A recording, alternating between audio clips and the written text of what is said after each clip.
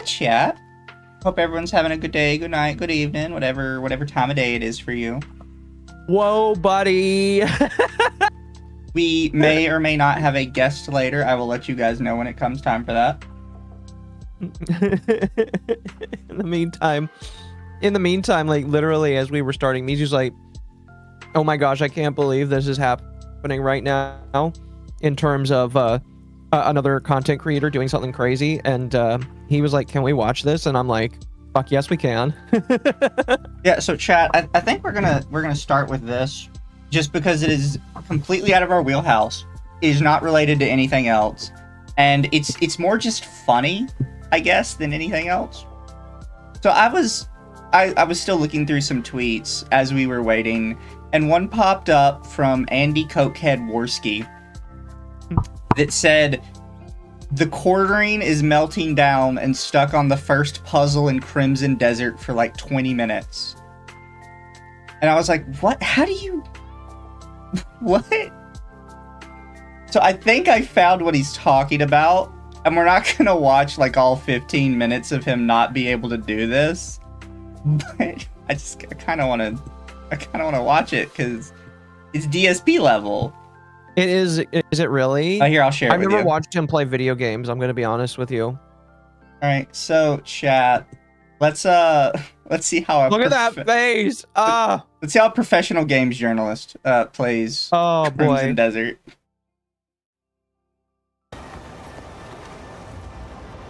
Dude, look at his face. He looks so pissed off.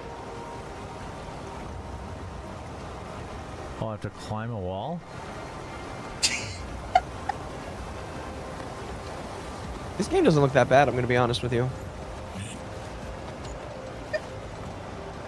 This isn't a puzzle, by the way. He's just not following the pathway forward. This wall, maybe. Jeremy. Okay, I was about to say, there is yellow tape on the ground for you, people like you. I'll stop it when we get to it. Crouch or roll lower position. Okay, normal button for that.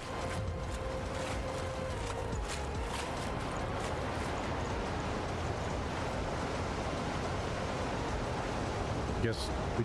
All right, chat. If you've never played Crimson Desert, in this room, what do you think you're supposed to hit? The big white circle on the wall right there. The big white circle on the wall. The one only that's, like, thing so that's lit prominent? up in the whole fucking room. Yeah. we just wait for these because...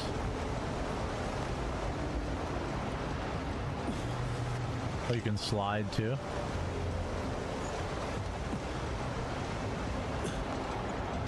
And it marks it for you. And even pointing it out. The Assassin's Creed game we were promised. It adds a Control and keybind for you on the screen. Tell you to do this. And then it gives you a tutorial for it. Enemy's vision. I want to point out, there are people playing this game who are saying that it is too complex and it doesn't help you enough. It just showed him what he needs to focus on, told him what button to hit, and then and is now giving him a tutorial of how it works. Spot enemy weak spots and find special hidden throughput. Okay. I'm also noticing that his music is way louder than him. Yeah. You can interact with certain devices by focusing a beam onto them. Press Control plus to enter blinding while maintaining it with this.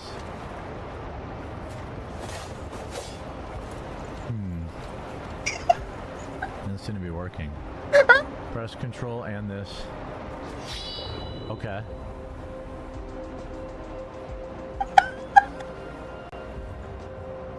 Why are you aiming not for the bright light?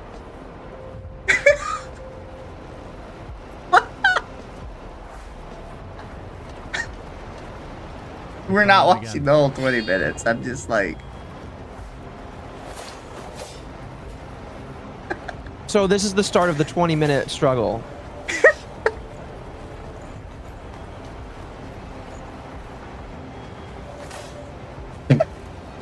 This legitimately took him Can't get 20 it at the minutes. Same time. Okay. Oh, he got it. He's getting it. He's getting it. He's not standing in the sunlight. Focus light on the device.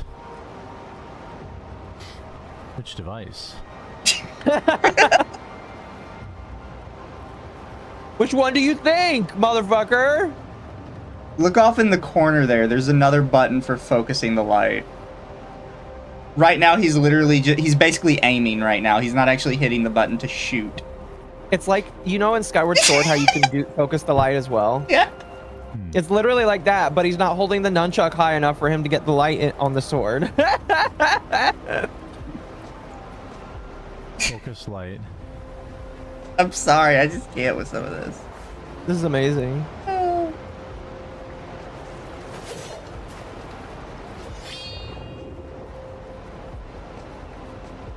It's in the bottom right there.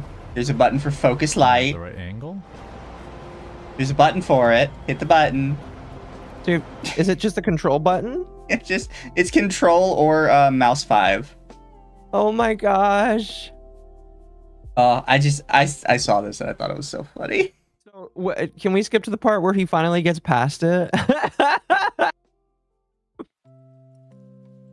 Here, I'll pop it back up for chat and I'll do this so we can see how long it takes. And remember, the skip ahead button skips ahead in 15-second increments. 5, 6, 7, 8, 9, 10, 11,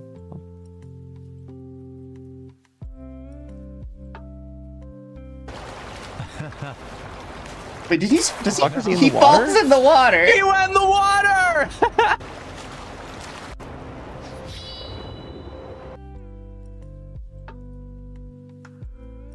Oh, the skip ahead doesn't work. Will not work right now.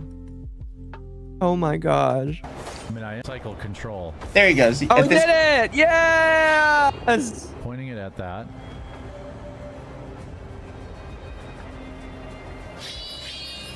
Oh, what's this? Okay. Oh, he figured There it we go. I out! had to cycle control. It's literally a good like 15 minutes. Bro. It just made me laugh. I must ask. There's Have you been paying attention There's to a the puzzle in this, right? That it is a giant cube, and there is a giant cube-shaped hole in the wall, and I've seen multiple streamers unable to figure out what you're supposed to do. It is literally that children's puzzle of the square goes in the square hole. You have one square, and you have one giant square-shaped hole. Where do you think the square goes? Yeah. I literally went through this entire tutorial quicker than it took him to get through this one room. Really? It's so easy. It's literally just, this is crouch, this is stand up, this is take out bow, this is take out sword. Oh, that's amazing. I have to ask, have you been paying attention at all to any of the quartering stuff that's been going on in the last couple of weeks, or even last couple of months, even? I don't know anything about the quartering other than I think he sells coffee. Oh, he does sell coffee. True. It's on his website. There it is.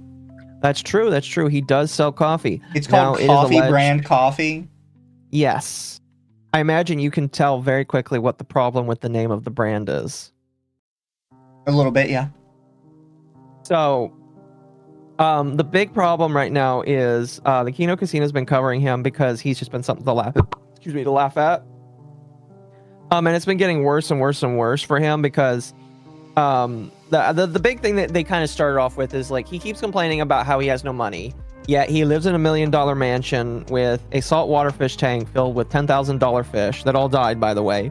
He has an RC track that was custom made for him, and he just talks about all this decadent. You know, he's part of the reason why I was really excited to do Pokemon cards. You know how much he spent on Pokemon cards, Mizu? He spent $10,000 on scalped Pokemon cards. Ew. Yeah, so you know those Elite Trainer boxes that normally cost $50? He paid like $90 to $150 for each of them. That is horrendous. Yeah, and he did not even get the good card. So he didn't even get the cards he wanted from, I believe it was like Ascended Heroes that he was trying to pull from, and he did not get any of the cards he wanted. Really quick, thank you, Wolfsbane, for the 5. Even Prince of Persia, Sands of Time for the GameCube. Didn't hold your hand this month. Come on, Jeremy. 79 or 9-year-old me was better than this. And another one from Wolfsbane, typo, 9-year-old me. And then thank you, Noir, for 5.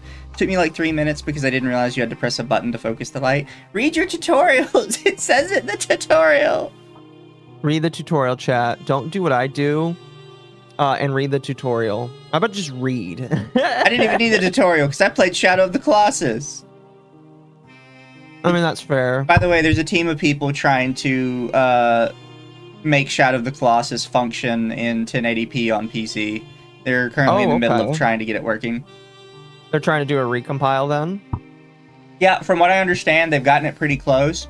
And they've also restored a bunch of cut content. Good. That's good. That's good. That's good. Didn't that game have like a collab with Nier or something? Mm-mm. I don't know why I thought that. No, Shadow of Colossus is very contained in itself. There are 3 games. The first one was Ico, ICO. Second one is Shadow of the Colossus. And the third one is, it's called The Last Guardian, right?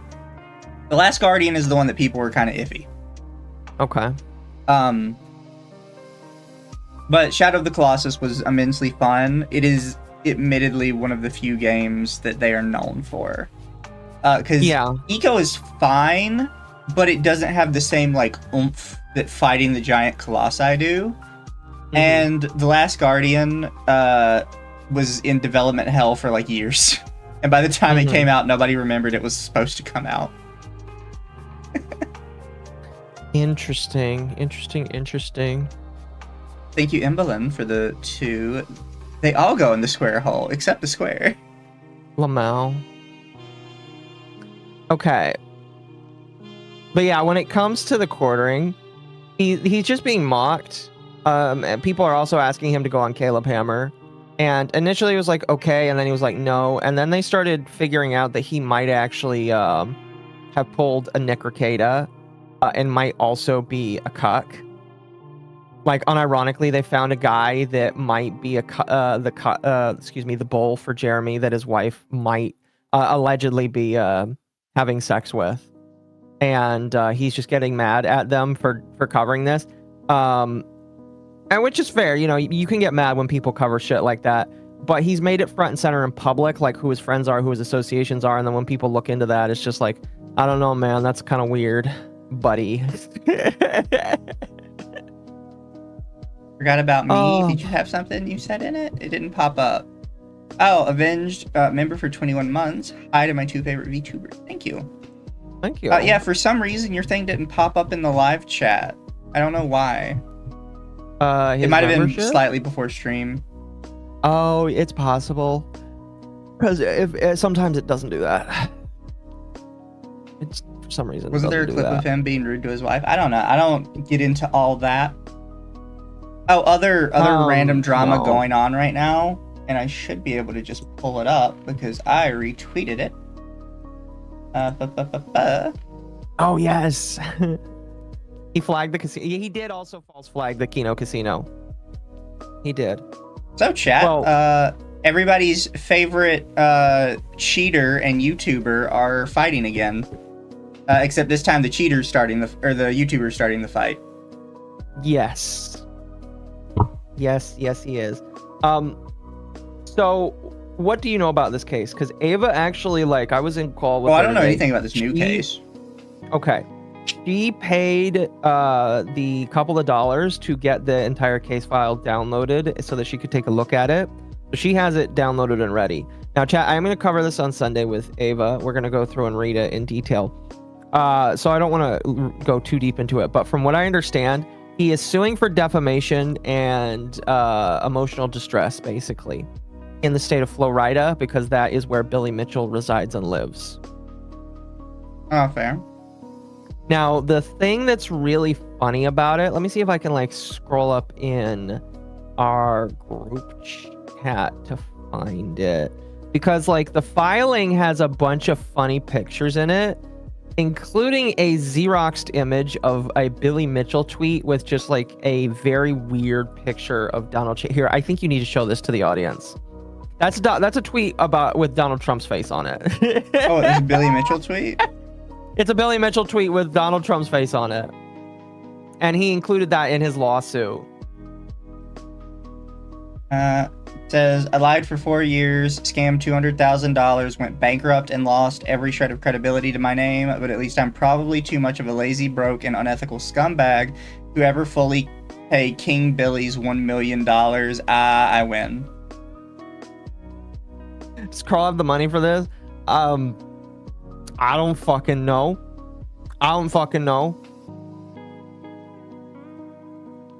Who knows? It's hilarious is what it is. But I just like I hope they both that lose. And I've said this before, the only thing I really cared about with the Karl lawsuit is it really annoyed me how people couldn't just say, wow, both of these guys suck. They had to be like, oh my god, Billy Mitchell beat him. His like whole reputation is fixed now. He's a good guy. No, he's a piece of shit still. Oh yeah. This is the one lawsuit he's won out of like 500 fraudulent lawsuits. He's an absolute scumbag, and it annoys the shit out of me that people just rebranded his image because he won one lawsuit. Mm-hmm. I hope they both lose. Yeah. They both deserve it. I hope that it's entertaining. Regardless, I hope that it's entertaining. I'm going to be completely honest with you. Doki Doki was removed from the Google Play Store. It was? Hold on. Let me take a look. Did you hear anything about that? No, what I did hear about, though, is, and I forget what country it is, Chad will probably remind me, is one country put in a new law about ratings for games and stuff. Okay. So in that country, for a short time, Uma Musume Pretty Derby was rated adults only. Mhm. And then very dark and disturbing visual novels like Sayano Uta were rated for ages 3 and up. Really? Because it was, everybody was supposed to do their rating themselves. But if they didn't do the rating themselves, they just kind of let an AI take care of it. So for some reason, Uma Musume, which has a bunch of cute girls on the front, was read as adult only. And Sayano Uta, which has a kid on the front of it, was read as for kids. You don't say. A bunch of like extremely explicit lolly-based visual novels got marked as 3 and up because they technically had quote-unquote kids on the front cover. At least what the AI thought was Yeah. kids. Oh boy, that's not good. In my personal opinion, that's actually really bad. It was putting like actual 3 and up on genuine porn. Oh, that's not good. My understanding is that law was revoked within hours.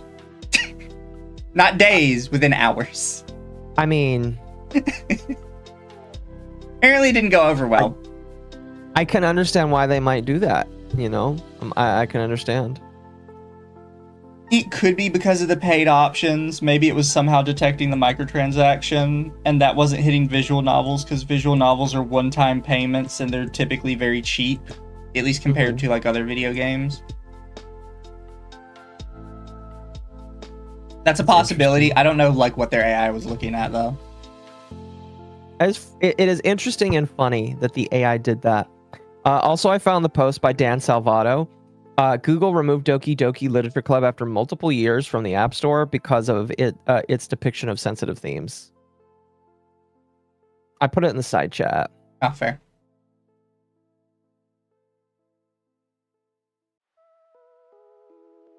Oh.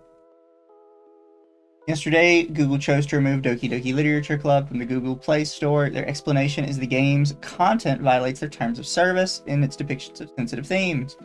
DDLC is widely celebrated for portraying mental health in a way that meaningfully connects with the players around the world, helping them feel heard, understood, and less alone on their journey. Managing to achieve that, making a truly meaningful difference by using the power of fiction to connect to others. It's what I'm most grateful for. It inspires me every day to keep making cool new things. It can really reach others, especially those in need of connection. DDLC is available on many different platforms, including iOS, Nintendo Switch, PlayStation, and more. We're continuing to do everything we can to find a path forward, getting DDLC reinstated on the Google Play Store. Meanwhile, we're also looking into potential options for alternative methods of distribution on Android devices. We worked hard to bring DDLC to Android, and we've gotten to see so much love and enthusiasm from passionate Android users over these past few months. Thank you so much to the community for continuing to express your love and support for DDLC through the years. We'll keep you updated on the future of DDLC for Android. Interesting. I don't know why it wouldn't have already been on Android. This is like a very a very like brain rot view to like just do iOS, right? Because the thing is, iOS works good for like normie shit, right? If you're producing a Candy Crush, you want to be on iOS because it's what all the little old ladies have because their kids buy them an iPhone. Yeah. If you want people that are accurate. playing games to use your product, you typically want to put it on Android. Or you want to have an Android version, because a lot of people, it's not just for the phones either. A lot of mobile games, people play them on like dedicated mobile devices now, and those run through Android. Like, it's just iOS is not the the popular method for game distribution, unless it's like normie games. It's more or less like just the thing for rich bitches. I feel like Not even these rich. days. They're really not as expensive as people make them out to be, unless you're buying like the brand newest of the new.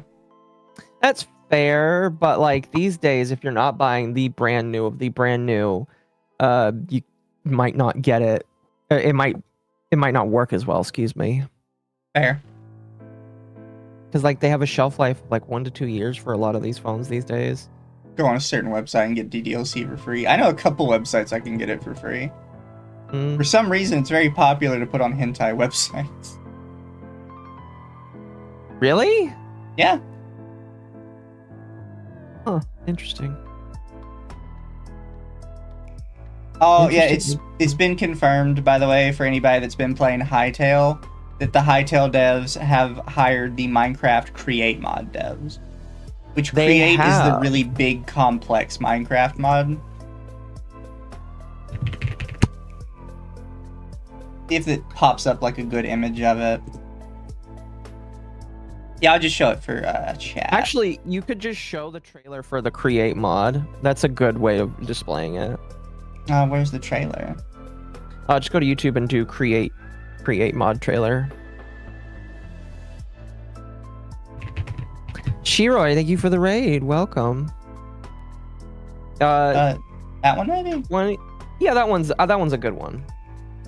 You might have to mute it because I think it might play copyrighted music, but it's great. But chat, if you have never seen the Create mod, this is the kind of shit you do with that. You know, a lot of the blocks that you're going to see here are blocks that come directly from the mod itself.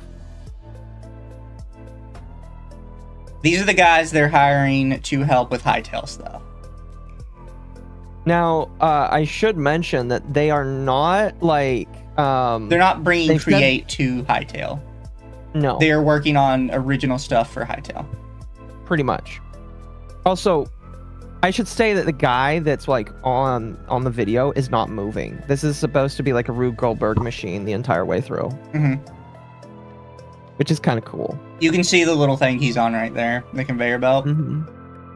Create is genuinely one of the most impressive like Minecraft mods ever made. And it is kind of silly too, and that's why I think it's really neat.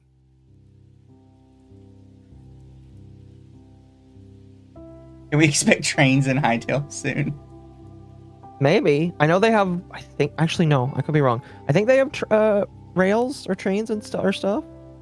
What kind of talent do they bring if they aren't making factories or logic tech? I forget what they said they're making, or what they have them working on.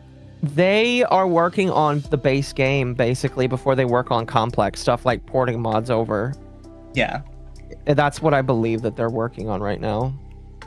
I just think it's worth it to note that they are getting like what is clearly very talented people. Yes. I would they say are there's more extremely content in talented. Create by itself than probably the entirety of Minecraft. Base Minecraft, yes. Absolutely.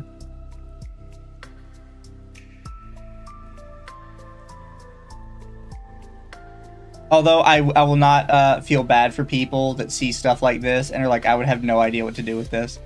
I've tried fair. Create a couple times. It's fun, but it's so ridiculously complicated for me. It is very complicated, yes, I agree. It is one of those mods where I'm amazed at how well it works. Well, it's a mod that needs like you need to have a goal when you play a mod like this, basically. It is such a like overly complex mod. It is definitely. In one of these, they made a cake with it, which I thought was pretty neat. That you can just ask it to make a cake for you. But yeah, the masterminds behind the Create mod have officially been hired to the Hytale team to help build out new game mechanics. You're focusing on core foundations before diving into advanced systems. And they were said to be clear, Create isn't being ported to Hytale, at least right now. They don't say like at least right now. They just say it's not being to it. But we don't know. They might come back in the future one day. Mm-hmm. Also, Create's just really cool. No, yeah. And I would say that it's definitely possible that it does get ported over. It's just right now their focus is on assisting with main game mechanics, which I think is kind of neat. I think it's kind of neat that that's what their focus is. Yeah.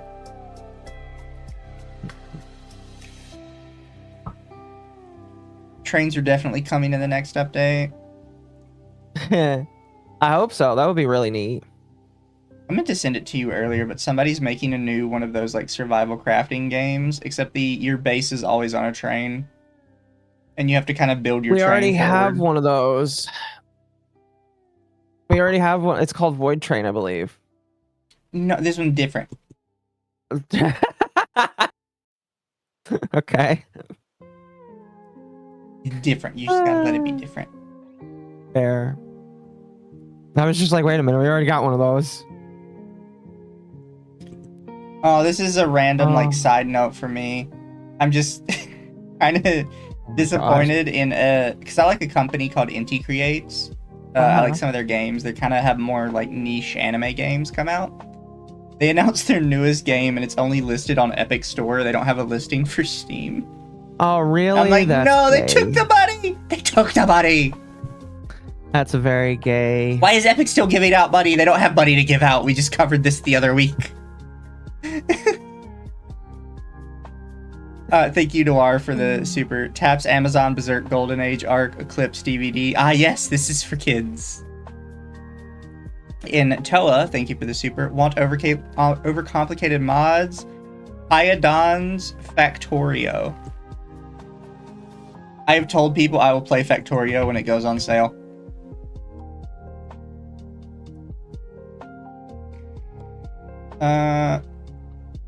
What pops up is adds realistic petrochemical processing to Factorio. Interesting.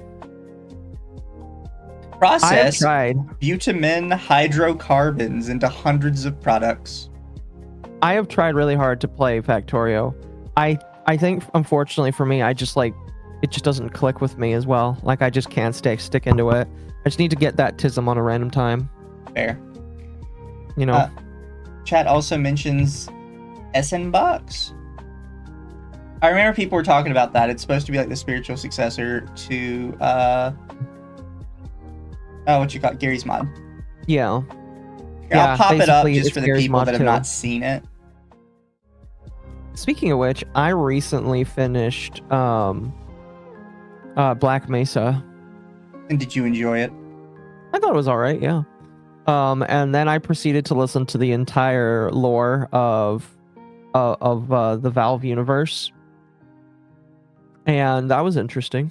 It was very, very, very interesting. But yeah, it's just this little game. I saw a ton of people talking about it. I was never big into Gmod, so. Dragon Quest Builders greater than Minecraft. Well, there's a Dragon Quest Builders 2, and then the Dragon Quest Builders 2 devs also made Pokopia. I will buy you Factorio just so I can see you play it.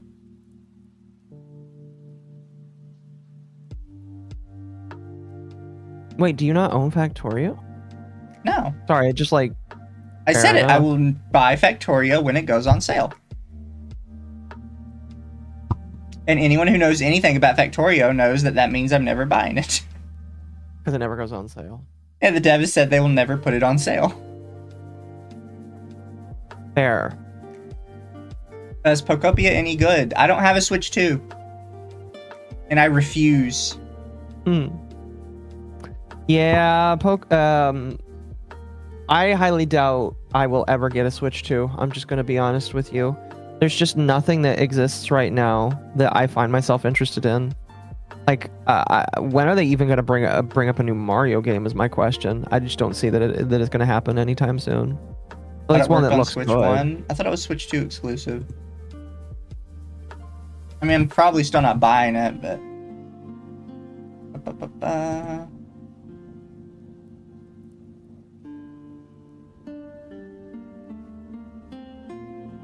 It says it's only Switch 2. Okay. That's what I assumed. Yeah, Pokopia is Nintendo Switch 2 exclusive.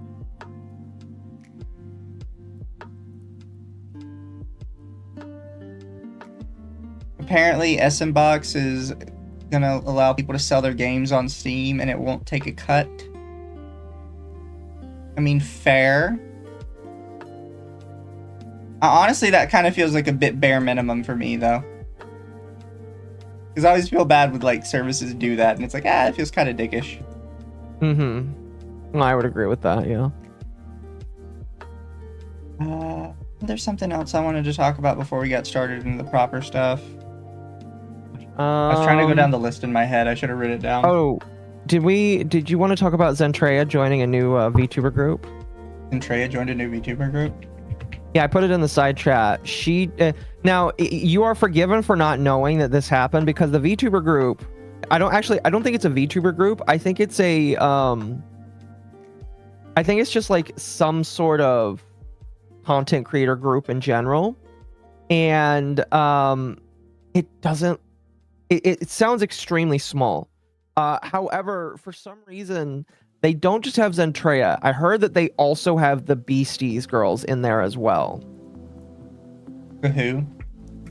The girls that were supposed to join VShojo before they fell apart. You are forgiven for not knowing who they are because you only know they're Jane Animations. That's that she's in the Beasties group basically. Yeah. And they got picked up by this Future Legends group, which I believe was started in the UK and has a US branch now. So it's VShojo 2. I was gonna not make that comparison, but yes, basically it is VShojo 2.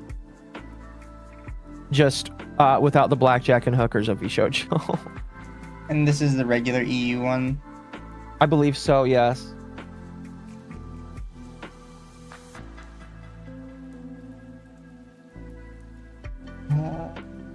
It's incredibly small. Are they not doing like just... Yeah, they're not like just a VTubers thing. No, I don't think that they're exclusively VTubers. I think that they're a lot of people.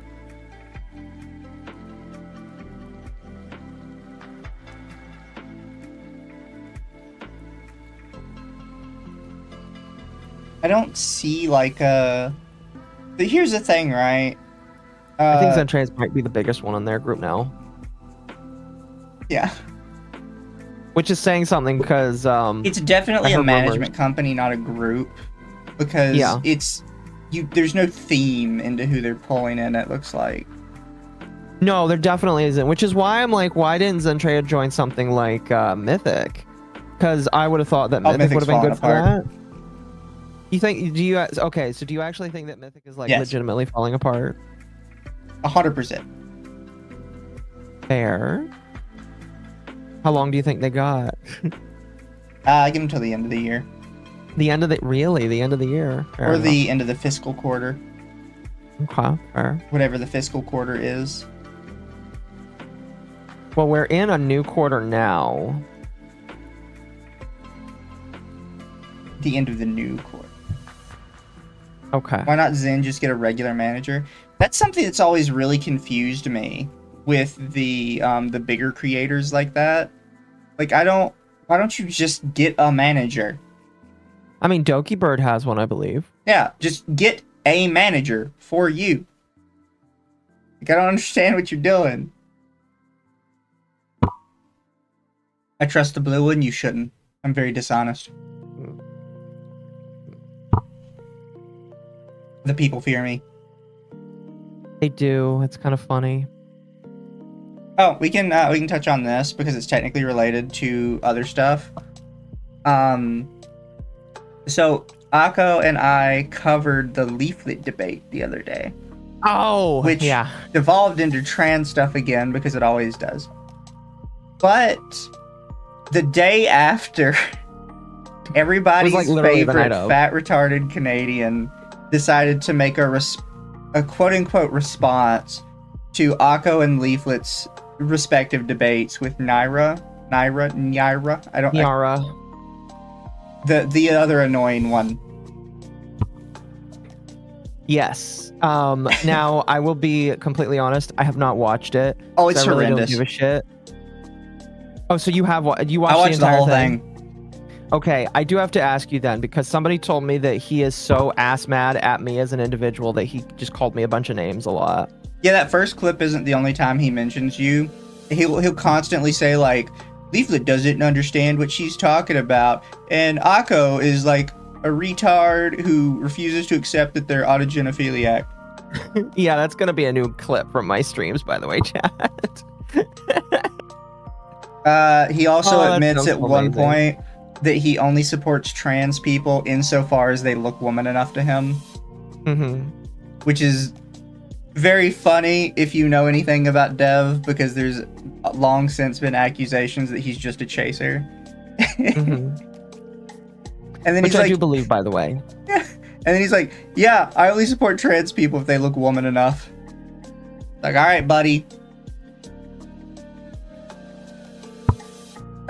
Somebody in chat mentioned it, but yes, towards the end of the video, he starts responding to an old political content creator called Sargon of Akkad, Did he really? and he starts whining about it and going, you know, like, the far left people might be super upset with me, but they haven't stabbed me in the back as much as you guys. Oh my gosh, what a fucking bitch. That is hilarious. I just thought it was funny. That is very funny. Oh, And I my sat goodness. through the whole thing. I'm one of the I'm few people sorry. that probably sat down and watched the whole thing. And it was Probably. awful. Oh, that is beautiful, Mizu. That's absolutely beautiful. He also goes on a 10-minute diatribe about a philosophical concept about how the definitions of words happen, which is like this island hopping or he uses it in the context of this island hopping concept, right? Where you have a horse and then you can hop to different islands for descriptions of the horse, right? Like Okay. 4 legs, mammal, you know, that kind of stuff. And that all of those islands go into building the horse. He goes on this about 10 minutes, and then he knocks the whole thing down afterwards, where he just goes, but yeah, some people don't like it because then they acknowledge that, like, the definitions for chair and horse overlap if you use this method. So it's better to just look at it, because some people can just look at it and say, that's a chair, that's a horse.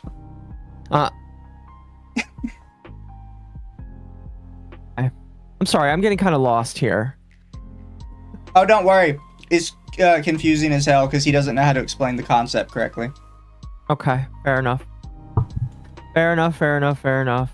It boils down to, he says that because there are outliers within a definition's circle, that means the definition itself is useless. Mm-hmm.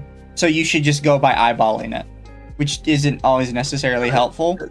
Which he agrees isn't necessarily helpful, because earlier in the video, he said that women that can't give birth are no longer real women. And he equates them to eunuchs. Which I'm sure all the women are very happy about. He still has a girlfriend, right? Allegedly. Last I checked, he still had his girlfriend. And the last time I saw her, she was like mortified that he was talking about wanting to do disgusting things to a former girlfriend's child. That's the last thing I remember seeing of her. Dev said that. He sets up two different things. He sets up that in order to be a woman, you have to be woman the gender. You have to just look woman enough to him. But to be woman the sex, you have to be able to give birth. And if you cannot give birth for any reason, like you've hit menopause, he specifically says if you've hit menopause, if you were born without the ability to give birth, if you had to take it out because you had cancer, you are no longer a woman. You are a third thing that is neither man nor woman, and you are basically the same as a eunuch. The fuck? I'm like, good job, buddy. That was gonna go over great with your base. Okay. That's really interesting. I'm gonna be honest with you. I see, the thing that made me laugh the most is I heard that Nyara like utterly reamed him for making this video and said how much that they hated it. It's terrible. Yeah. I mean, I'm not disagreeing with you, but they got Nyara to agree with Kuri Renji. Did they real? Oh my gosh. I told Curry I was gonna buy him a coffee for that. I need to do that. I'll put that in the background because I told Curry I would buy him a coffee for getting that clip for me, even though I didn't ask him for it. Yeah. He did.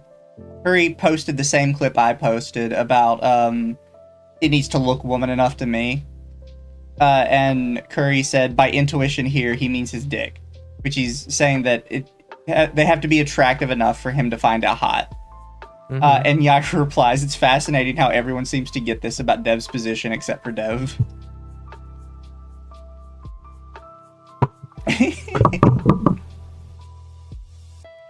Holy shit, that's amazing. I just love that, like, Nyara is like, oh, I hated this guy too. My reply to it was, the interesting part about Dev is he's proof that if a tree falls in the forest and no one's around to hear it, he'll still lose the argument because he's just that incompetent. Well, it's just like, no, is anybody really... I mean, obviously people are, you know, listening to his video. You listened to his video. Yes, but the whole way through. All of it. You're probably the only person that listened to it all the way through. Probably. Because I hate myself, and I have a rule that if I'm going to speak about something, I'm gonna watch basically all of it, unless we're getting past like the 2-hour mark. At that point, I'm kind of like, yeah, I'm gonna skim your shit. No, that's a fair thing to say. I would agree.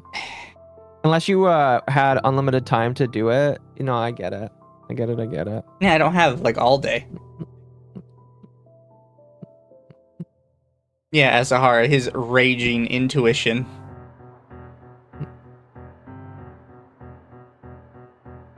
Thank you, Internet Zen, for the super. SFO is imploding mundane Matt style, and he deserves so much worse than the Boulder Boys' downward spiral. So glad I unsubbed from that idiot. Speaking of mundane Matt, which some of you probably don't know too much about, unless you like Wendigoon, because apparently Wendigoon called him out today. Or maybe it was yesterday. So, I don't know if you've been paying attention, but mundane Matt has been trying to attack a bunch of Culture Warrior individuals. But Wendigoon's not like a Culture Warrior. No, well, no. But for some reason, he's attacking Wendigoon now, too. It's really weird. But yeah, like, Wendigoon's a good guy. Back. No, I agree. Wendigoon, I'm not saying that Culture War people are bad. I'm just saying that, like, that's who he's choosing to attack right now. No, I mean, I get you. Really quick, Jack Price for the super. Funny how he claims backstabbery. I spilled the tea on Dev's yearly Stalin-esque purges of his own community in the drama channel. I did read about that. I make no comments or concerns about it.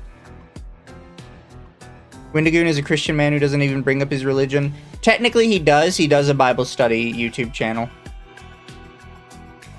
He doesn't bring it up on his main, then, I guess how you could say. Wendigoon has like 5 YouTube channels now. I mean, there's nothing wrong with having multiple if you know that, like, it will upset your algorithm. Just start a new one. Yeah. He's clearly very smart at what he does when it comes down to the YouTube stuff. I agree. But he's also, like, just autistic enough to manage all 5 of them so constantly. Yeah. Ooh, excuse me.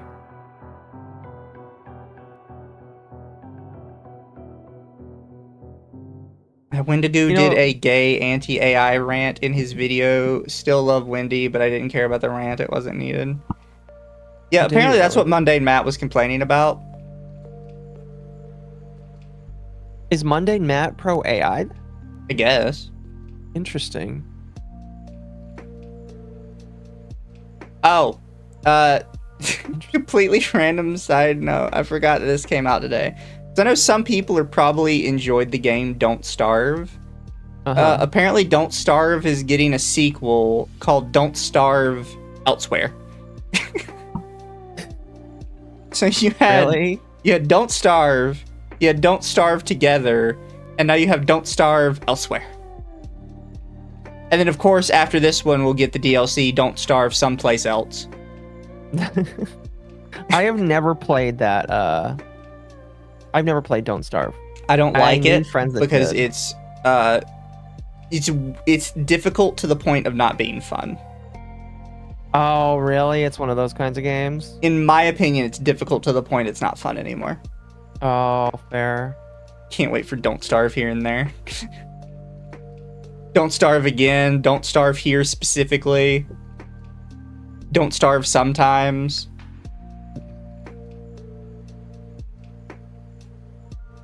Well, isn't there like a co-op version that's like Don't Starve Together or something? Yeah, it's Don't Starve Together, and now Don't Starve Elsewhere. Interesting. What could they possibly bring in the new game? Like, I'm assuming it's I'm assuming they got something that's new. Well, from looking at it, it looks like it's all the characters, but they're older. Possibly, because some of them were apparently a lot older than I thought they were already. Uh-huh. Thank you, Avenged, for the super. Used to watch SFO back in GG. It's just sad to see what he became today. And then Internet Zen Master for 10. Mundane Matt is trying to reinvent himself iDub style and betraying everything he once stood for. Is a hell of a take. Everyone who remembers GG is so baffled by this turn of events. The thing is, Mundane Matt never really made it past like the start of GG because he was so boring. Like, nobody actually cared to watch him. Yeah. And I say that as somebody that nobody cares to watch. Like, nobody really wanted to watch him. He existed because he was around bigger people. Speaking of iDubbbz. No, GG is Gamergate, not Game Grumps. Yes. It's kind of gay. Listen, chat, no shame, but it's kind of gay to say that GG is Game Grumps. All right, sorry. Yeah, Game Grumps died when JonTron left. Exactly. And I will die on that hill. Nice outfit. Danny Sexbang brought it back a little bit, slightly. But Aaron was just always going to drag it down. Well, that's because, and one day I want to do like a retrospective look back of him in a stream. But the problem with Aaron is just that, like, he kind of stopped being funny a long time ago, and he relied too much on the pee-pee poo-poo jokes. And then he even stopped doing those because he's got this weird trolls remorse thing that's just like really cringe and retarded, and I just don't like it.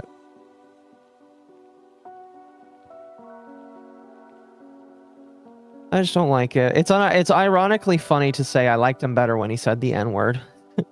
At least he was trying back then.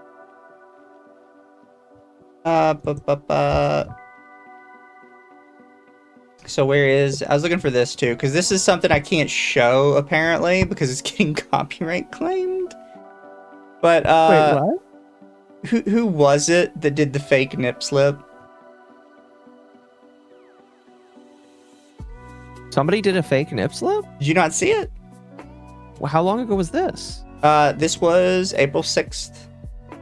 Oh, okay. I do not recall this. I believe it is Pokimane. Pokimane did this? Yes. So here, I'll put it in the side chat. I obviously can't show it. This is what it looked like on stream. And she was there for like, she was like that for like a good 5 minutes. And she's wearing like a really tight top. And people are like, there's no way you didn't feel that. Oh. Is she saying she didn't feel that? She tried to play it off like it wasn't on purpose. But I guess I can show this part, chat. Because apparently she's shoot. Wrong thing. That's insane. They are she's copyright striking it. So she's copyright striking anybody that like She's copyright striking her fake nip slip. Also, we are fucking doomed. Look at this. 101,000 bookmarks. Oh my gosh. Oh my gosh, guys. Go to Google, type booby. Like, Jesus Christ. They're everywhere. Go to OnlyFans or some shit. Like, what are you doing? You know what's funny is if you type in boobies into Google, the first question in under people also ask, what does a female boobie look like?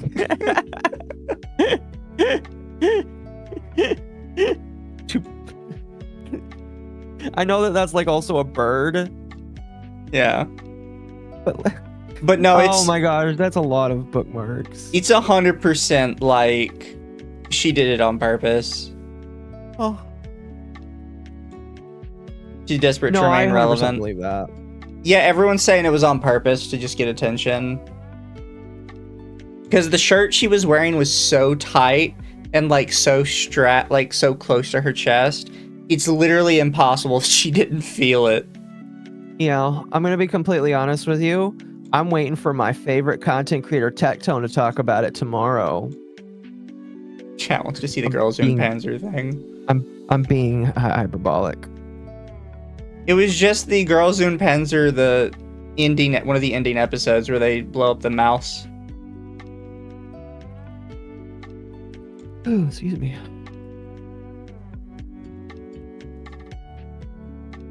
That didn't happen. Alka, do you see that on the side? VTuber Straub's price debate on Christians condemns. It's kind of funny. Yeah. Yeah. I will say this, chat. We're not going to get super in-depth on it, but we got to mention it, because if we don't mention it, and people ask why we didn't mention it. But, Straub decided to make, like, a good 200 IQ play and, condemn Lolicon, which she then tried to, twist into condemning all porn. Then tried to twist into like, well, just lolly that's like sexual, you know? Yeah. And then she compared drawing lolicon porn to being a prostitute and trying to film it. Which is... the other thing... She just kept going down the list. Well, yeah, and the thing that kind of like miffed me is she then had to rope Rev into it, because it's just like, if you want to have your own opinion on something, that's fine. But then she ropes the husband into it, and it's just like, you are putting your husband in a really shitty situation by doing that. Yeah. So, I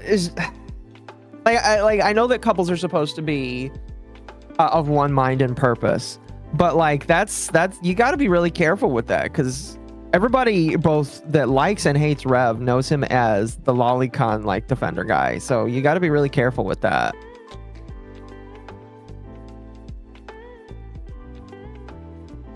Because like I think everybody outside of the community is gonna look at it and like laugh at these people. Oh, fuck off, Mother's Basement. Did he really? Oh my gosh, that is. I need replies. You know what, chat? Now we're talking about the Straub thing because fucking Jeff got in on it.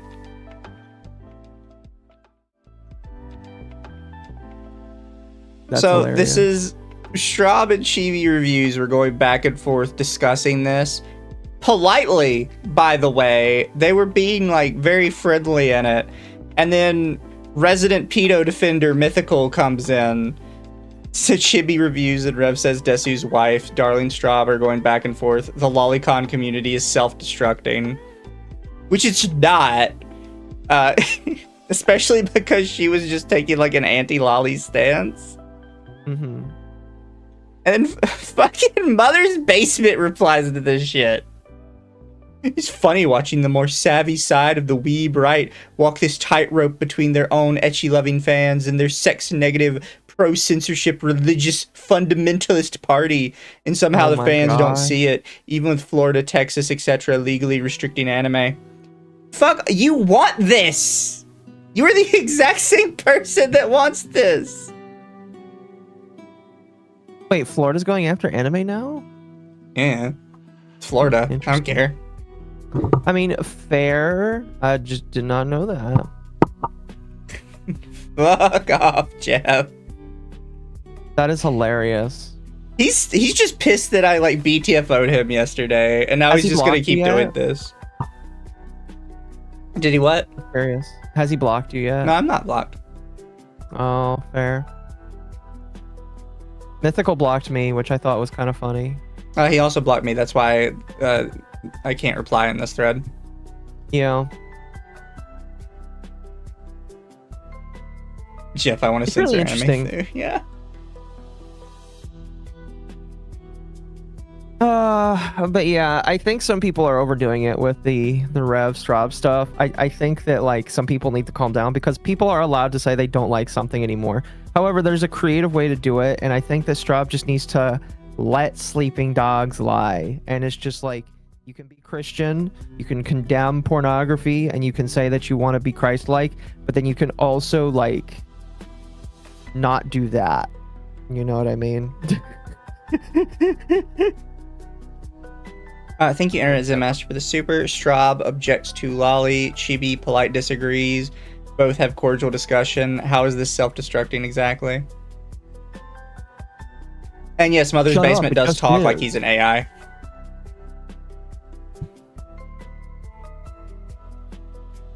Does he include the dashes in there when he makes a point? The M dash. Yeah, the M dash. If he does, then he's definitely an AI.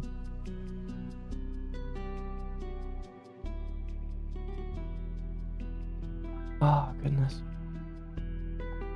I've been 3D printing more dividers for my Pokemon card box. And are you having fun with that? Yeah.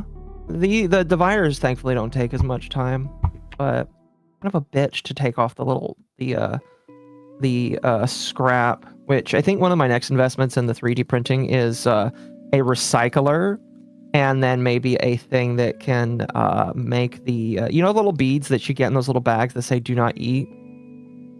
Yes. You can. So those are supposed to keep things dry. Apparently, you can make them like usable again, like reusable, if you put them in a microwave, or you put them in a heater that like removes all of the liquid from them. So there's like a machine that Bamboo Labs makes, and maybe one day I'll have to get it so that I can reuse the gel balls without having to buy more. Silica gel? Yes. I ate one? Obviously not.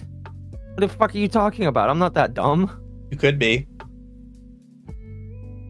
I don't know why people think I'm that dumb. I'm not that dumb, I promise.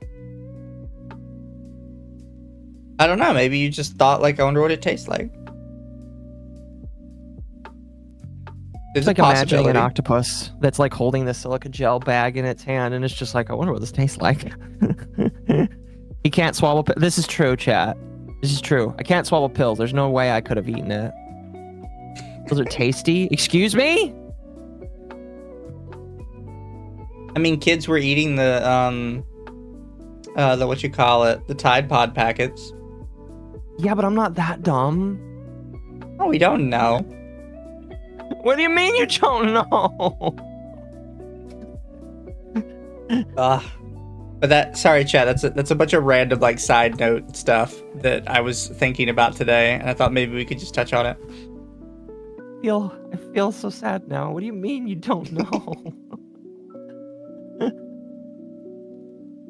Someone Minecrafted themselves on YouTube just now. That is dark. That is very dark, yes. And we will not be looking it up because if we do, we will get forcibly removed from YouTube, kicking and screaming.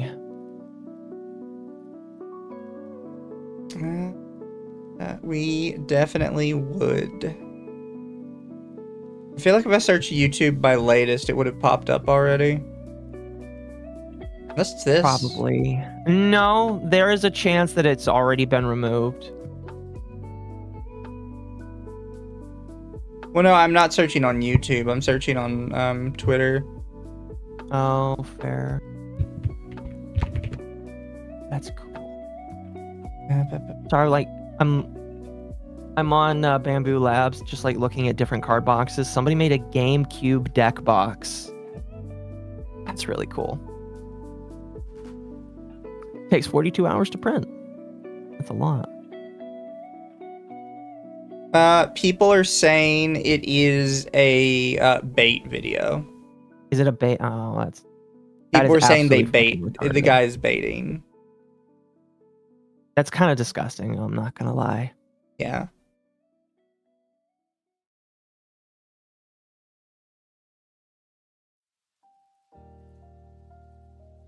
Somebody called Zeal. I've never heard of them before. Interesting though. Okay. Apparently they did it because there's some document going around about them. They getting canceled or something? They're getting canceled for sexual assault. Understood. Okay. Interesting.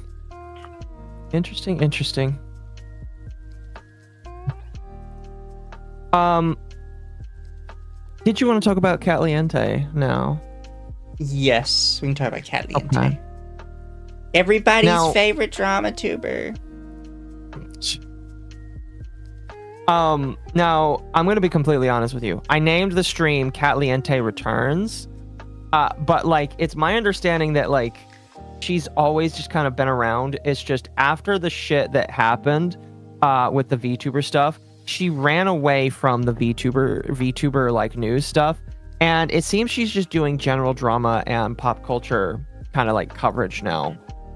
From what I've kind of understood, you know what I mean? Yeah. So that's kind of where she's at right now, is she's just kind of like doing that.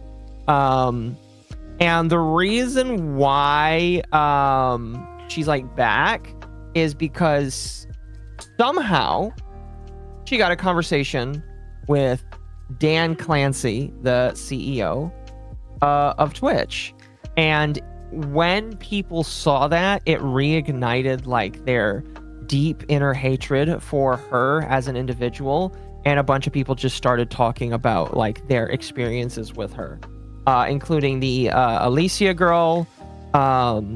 People talked about the Doki Bird situation again, because that, you know, a lot of people were very passionate about that. A lot of other people came out and said, oh, she talked about my drama and never asked me about it, or just read the thing without giving her own opinions, which I thought was interesting.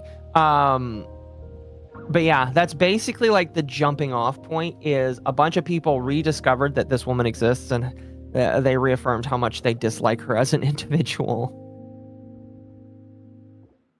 Yes, I have the original tweet here Okay. that like called it out. Or this is the first one I saw, and most people quote tweeted this one when they made their messages. Mm-hmm. Said I disagreed with Dan Clancy when he said lurkers was a negative term. I said it's not. He said it is. And my follow-up question was auto-modded. Honestly, don't understand how Twitch works anymore. Shaking my head. But this is how people found out that Katliente and Clancy had a chat. Like, literally nobody knew about this until this person posted this. I don't know if that's like a diabolical thing to say or not, but yeah, nobody knew that she was even doing this. Now, granted, it was 2 days ago, but I don't even think she's like uploaded a clipped version of this on her YouTube channel. So I don't even know if people unless you actively watch her channel, I don't think anybody knows that this actually took place like until this point. You know what I mean? Also, yes, middle box is for special guests. I have not. I want to redo my layout eventually so I can have it set up for 2, 3, or 4 people. Mm-hmm. Eventually. But I'm not very smart, and I have to do it on my own.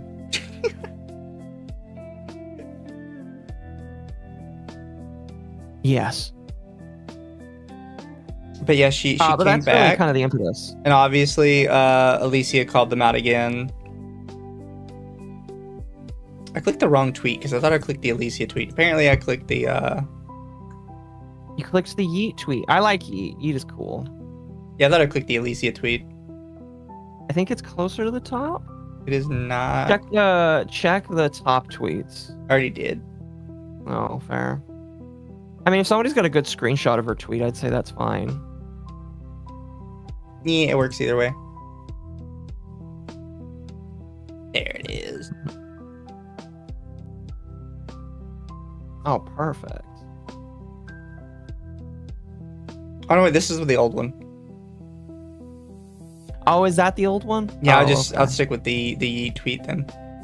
Okay. Reminder, the girl interviewing Dan Clancy is the person who doxed my entire government name. My middle name was never public because I am named after my aunt who passed away. She also clickbaited my cancer in her video. Lied saying I beat it when I didn't, causing my friends to reach out to me and fans freaking out in excitement just for me to have to cry and break their hearts, saying, no, I'm still fighting. Jeez, that's brutal.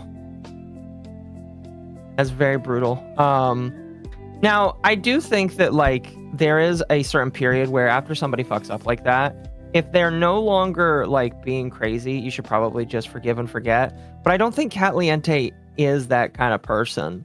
Because Alicia's situation, correct me if I'm wrong, wasn't, like...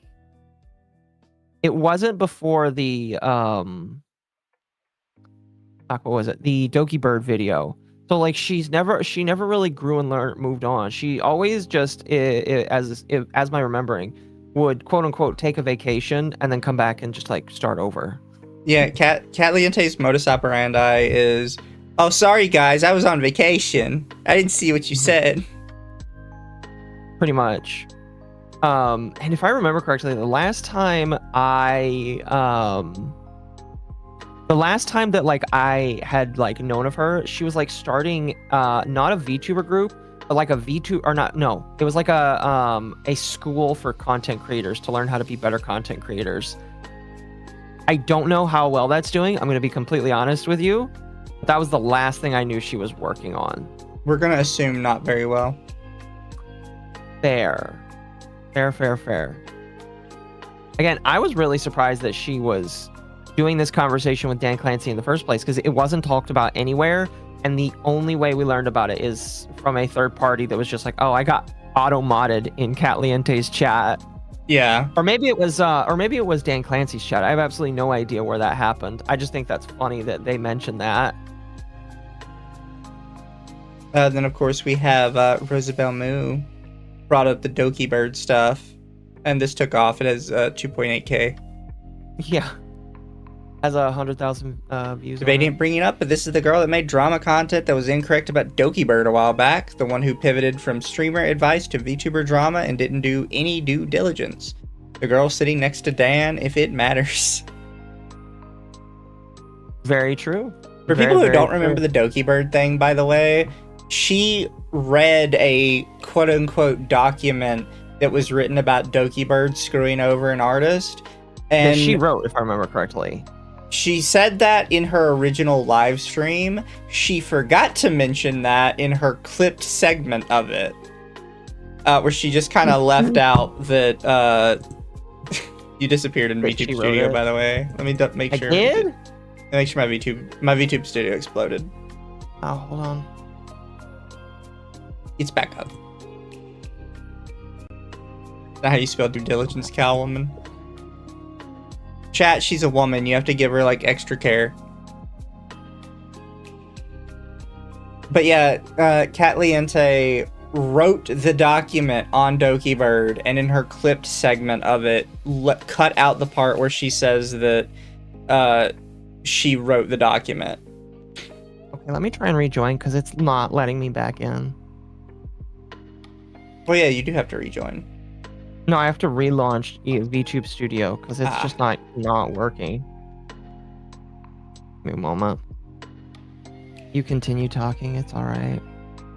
She wrote the document and barely understood half of it.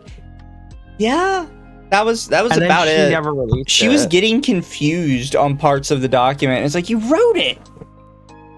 Why are you how do you confused? not know what you're saying right now? Like, woman, you scare me for this generation if you don't even know what you're saying, and you're the one who wrote the it's just like when you know that the person who is presenting their paper in front of the class cheated because they don't even know what they're reading right now. Yeah. All right, there it goes. I should be jumping back in a moment. Got you. Now, I have not viewed any of this talk that she had with Dan Clancy. I did find the link. Did I send you the link? I think I did. If I didn't, here, let me... There it is. All right, here is the link.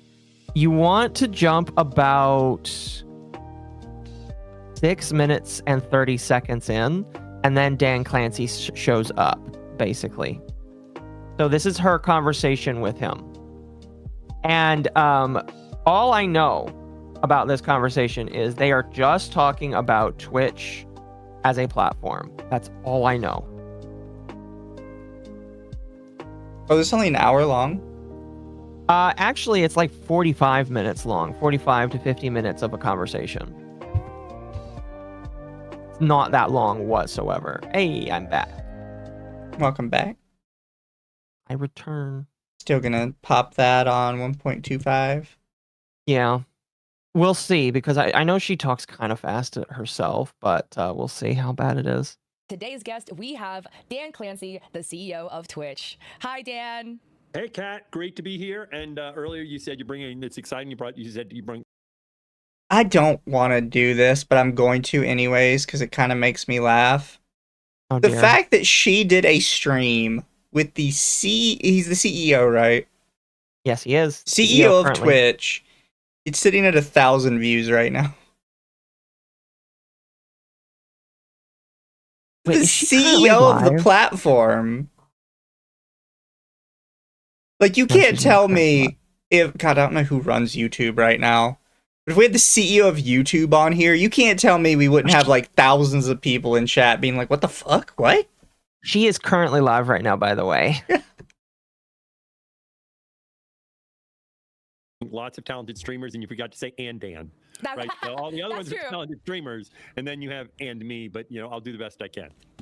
Thank you so Damn. much for coming on, Dan. You are a very Brutal. talented streamer as well. And you also have a super impressive background. Going from Have you ever NASA and watched then Dan Google stream? I have not. Should I? He is a DJ. That's his thing. Is he is a DJ. What? Yeah, Dan Clancy is a DJ. When he streams, he does DJing stuff.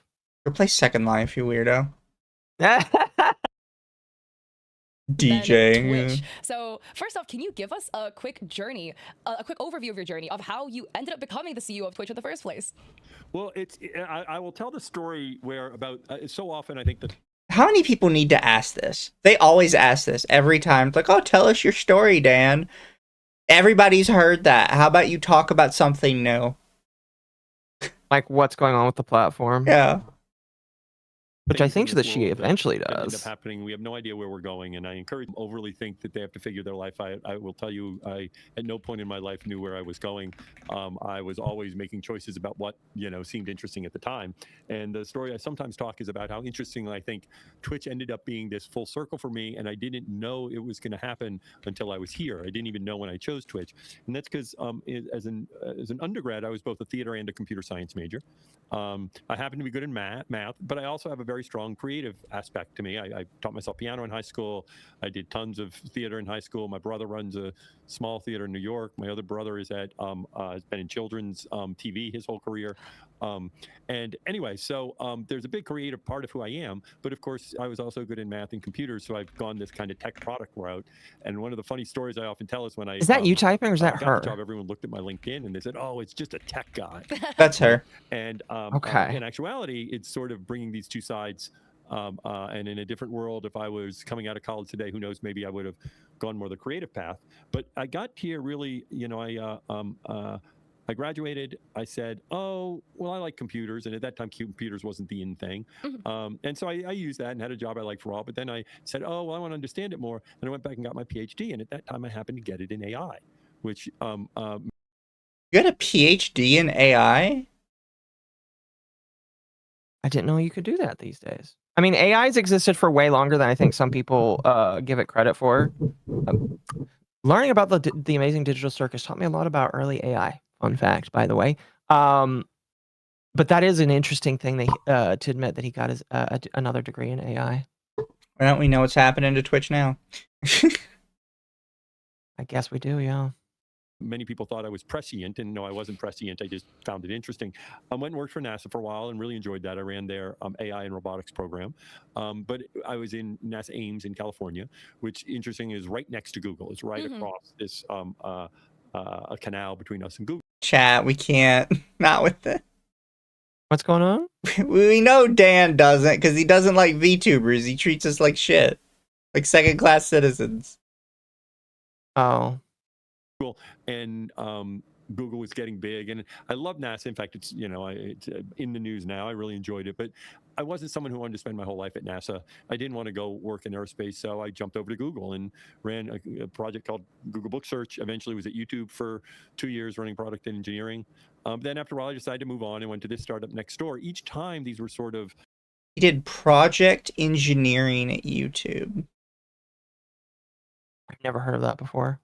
He did, these, what I call local decisions, and then did that for a little while. But then I came to Twitch to run product and engineering, and I sort of naturally was responsible for most of the company when I decided to step down. So it's one of these things where it's just the sequence of smaller decisions and I ended up here. So. Wow, that is actually so beautiful. I really love how it's really like, you were like, the grass is greener on the other side. I'm going to go to Google. And then, well, might as well go to the startup next door. It was just... It's just a side point. People always use that quote wrong. They use it to mean that the grass actually is greener on the other side. And that's not what it's supposed to mean. What does it mean, Mizu? Because I don't actually know. It's supposed to mean the grass looks greener on the other side. Looks. Oh, okay. So it's not that it is, it just appears that way. And it's supposed to be a kind of a condemnation a little bit of people who are constantly just leaving what they have for something they perceive as better. By telling you will always perceive something to be better.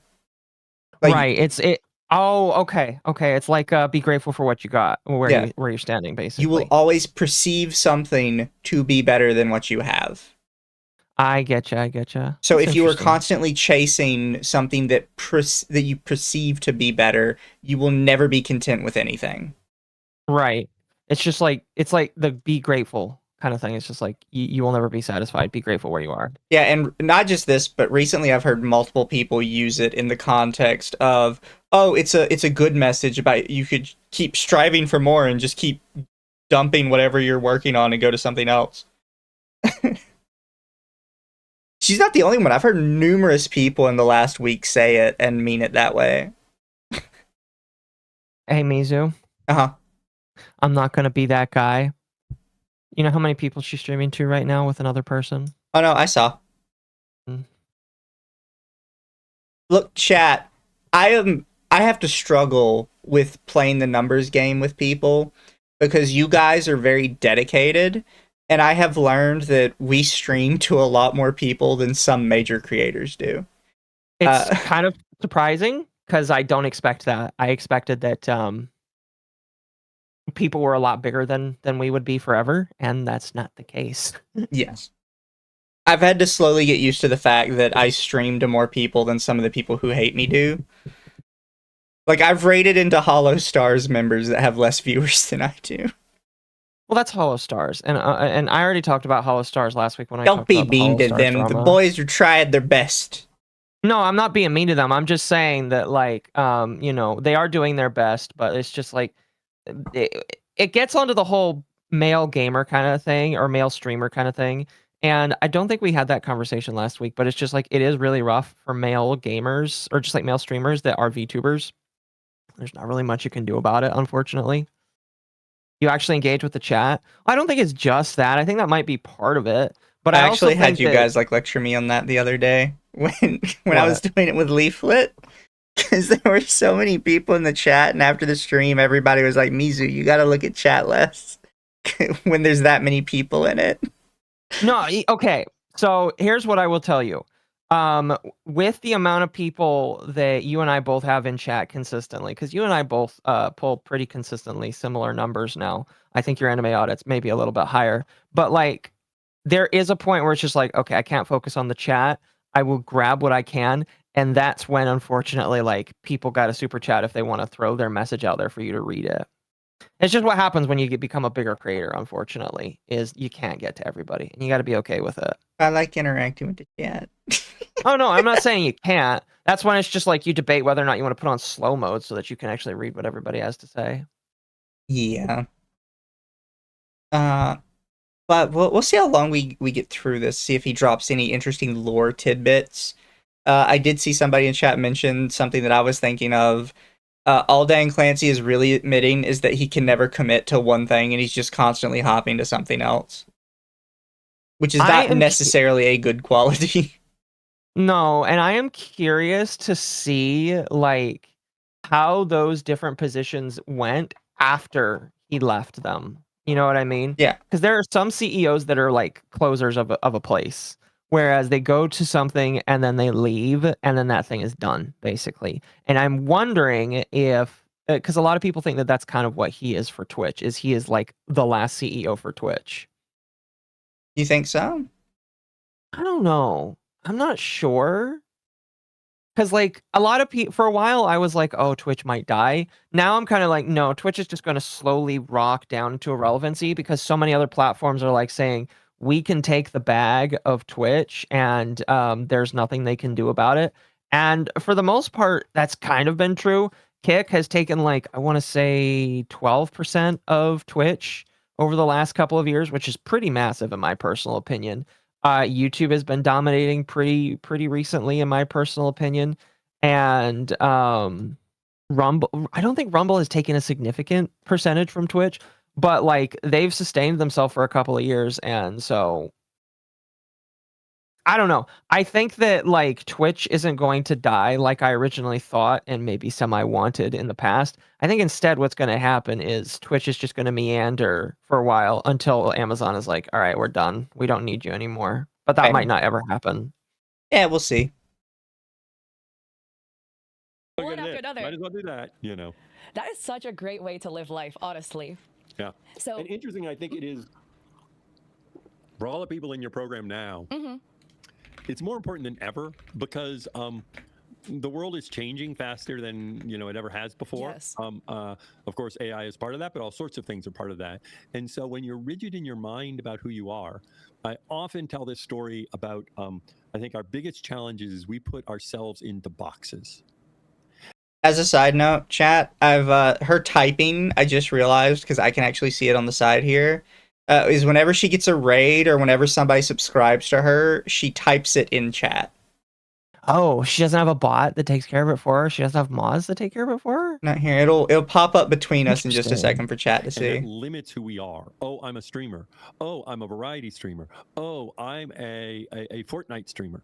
Well, you're putting yourself in a box as soon as you say I'm a Fortnite streamer, Okay, and even just saying I'm a streamer, or even just saying I'm a creator.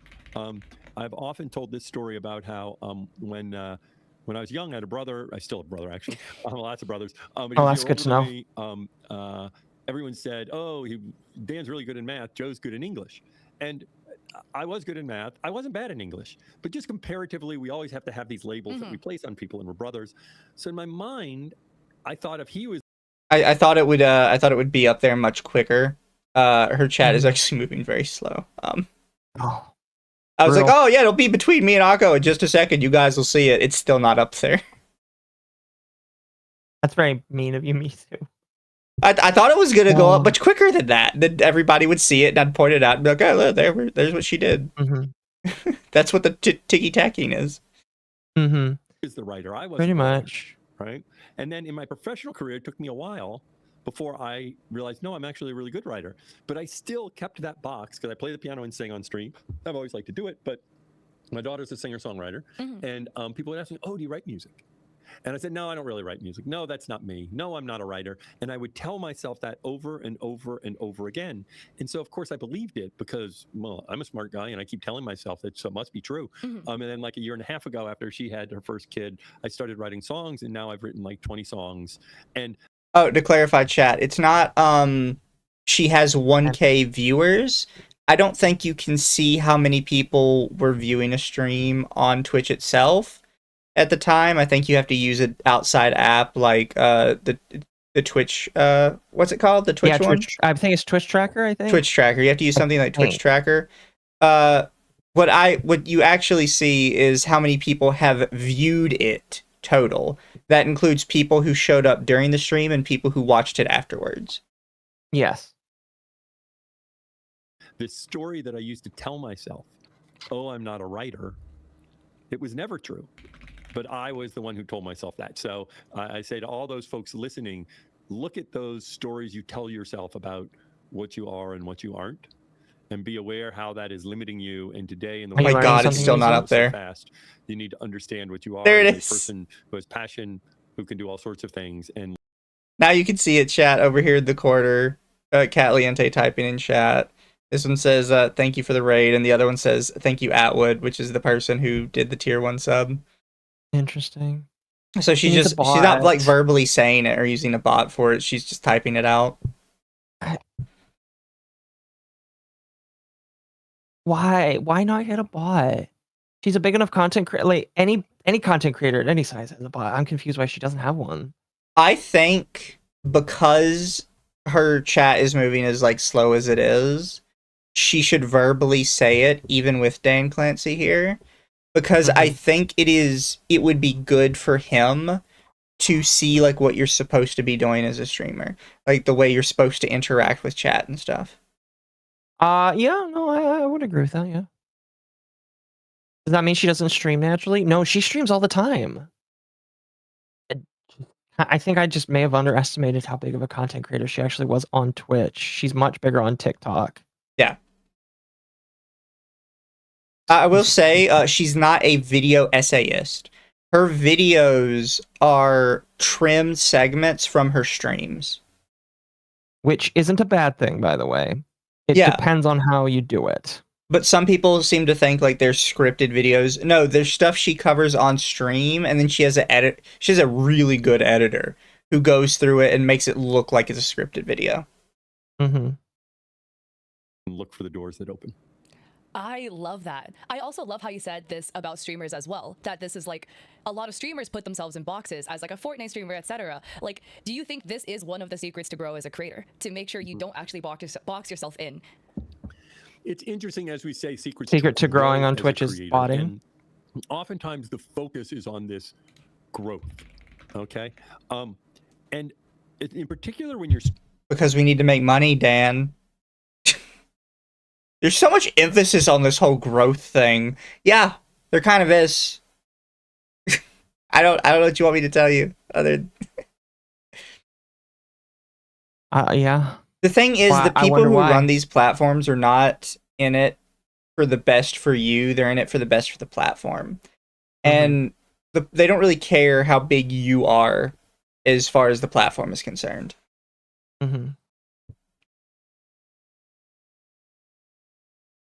stream. That's why streaming, it's you always see those- interesting when they talk like this, because it's just like they sound so alien. Yeah.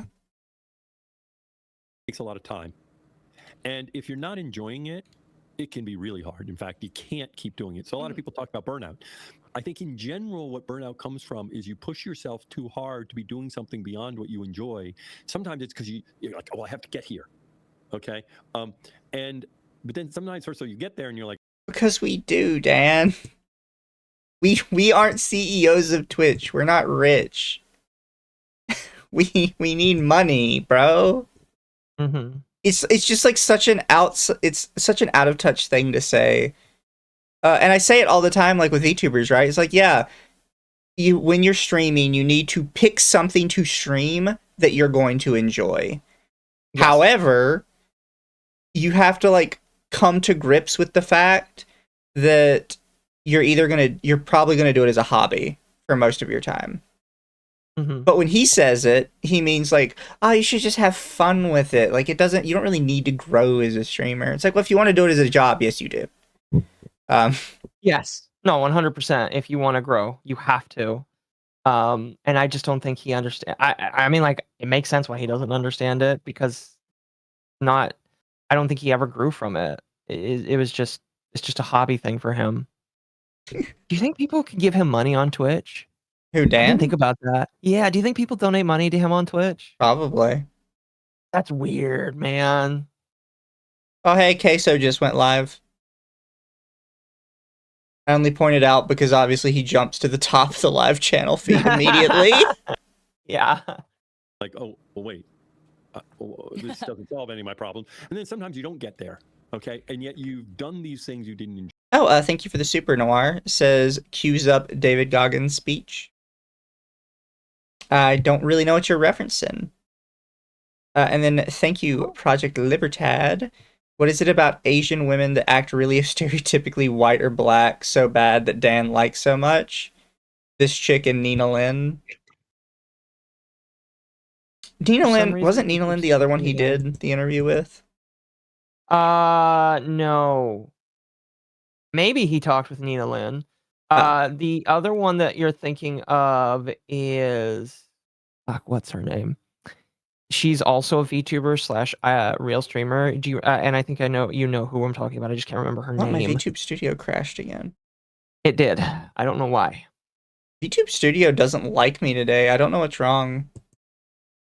Yeah, I restarted my app just in case it was me. No, it's really my weird. VTube Studio crashing. I don't know why.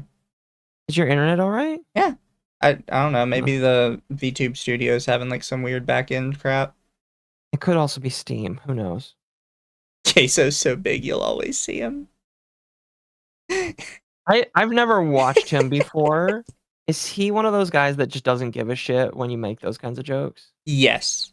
There's a pretty popular clip of him where he's doing a game where it just shows a picture of a burger and he has to guess which restaurant the burger came from.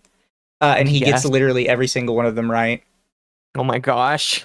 He doesn't miss a single one. The funny people, there were some people in the comments of that clip that were like, "Oh, it's not that hard because you can kind of tell by the style of the burger." But it's like, it's not just the style of the burger. It would pull up a burger and he'd be like, "Oh yeah, that's the double Whopper Deluxe from Burger King." And he's like, "Fucking what?" He's got the menu item down. Yeah, he does. No, listen, a little plus extra. You know, that is hilarious though. Enjoy. So for me, interestingly, I think what is the best thing for growth really varies a lot depending upon the individual and where they're at and what are the opportunities and how to find a community and all that. What is the best path for longevity? And I think for longevity, I think one of the challenges that streamers have is they get into this catch-22 where they built their audience playing fill-in-the-blank game. Mm-hmm. They get a little tired of that game, but if they stop playing that game, they know their audience will go down some. And because they do it sometimes and they say, oh, I play Apex and I wanted to start, playing Arc Raiders, but I played Arc Raiders and, my ACCV was down this. So I'm not going to play Arc Raiders. I'm not going to play Marvel. I'm not going to do whatever I want to do. And so you keep playing the same game. and eventually you want to do something different, but you feel trapped, and this trap only I will say a lot of those people he's talking about, they can just go play something else. Like he mentions like the CCV is down, right? But for them the CCV being down means they're still making like $1,000, $2,000 a stream. It's when they complain about not being able to go to something else, it's because they're like money maxing. It's not because they actually can't do something else. Right. It's no, yeah. The excess wealth means more to them than like a job they enjoy. Because at that point it is a job for them and they don't have to worry as much about like the exact amount. It's just it's so dumb. That is very dumb. I agree. only gets worse over time, because as people's affinity to watching you is determined by what you're doing, not who you are, then that is limiting. As you branch out, you build a affinity where they're there for you and they like watching you independent of what you're doing. And then you can explore and grow as a person and develop the different sides of you. And sometimes different sides of you are different games. Sometimes it's moving from gaming to variety and to fishing and doing these other things you love because they're there for you, not just because of whatever game you play. So I say it is useful to show all sides of you, not necessarily for growth, but for longevity. I love how you put an emphasis on longevity at the end of the day, because like growth doesn't matter if you burnt yourself out as a creator, going way too hard for 6 months, and then now you're tired. And like, I'm sure a lot of the folks that are here, you know, some of them may be full-time creators. A lot of them probably have other jobs as well as they're wanting to be a full-time creator. And it's Is he talking about in her chat? Dreaming of. I guess. I'm not convinced he's looking at her nice chat. Of him. That's very nice of him. That's all I'm gonna say. I'm not convinced he's looking at her chat though. I don't think he cares like that much to do it. I think he just likes the attention he gets from the interview. That's fair. It was Code Miko. Yes, Code Miko was the other individual that interviewed him. Of your life as the full-time creator and what you can do. But your job is to live your life, right? And some of you will become full-time creators and some of you won't, and some of you will keep doing other things. And even as a full-time creator, you will probably always be working other hustles. So, you know, Kat, you're hosting this. That's one of your, you find. Does he mean full-time job? No, my other hustle is a full-time job. Because he says, "Oh, Kat, you're hosting this."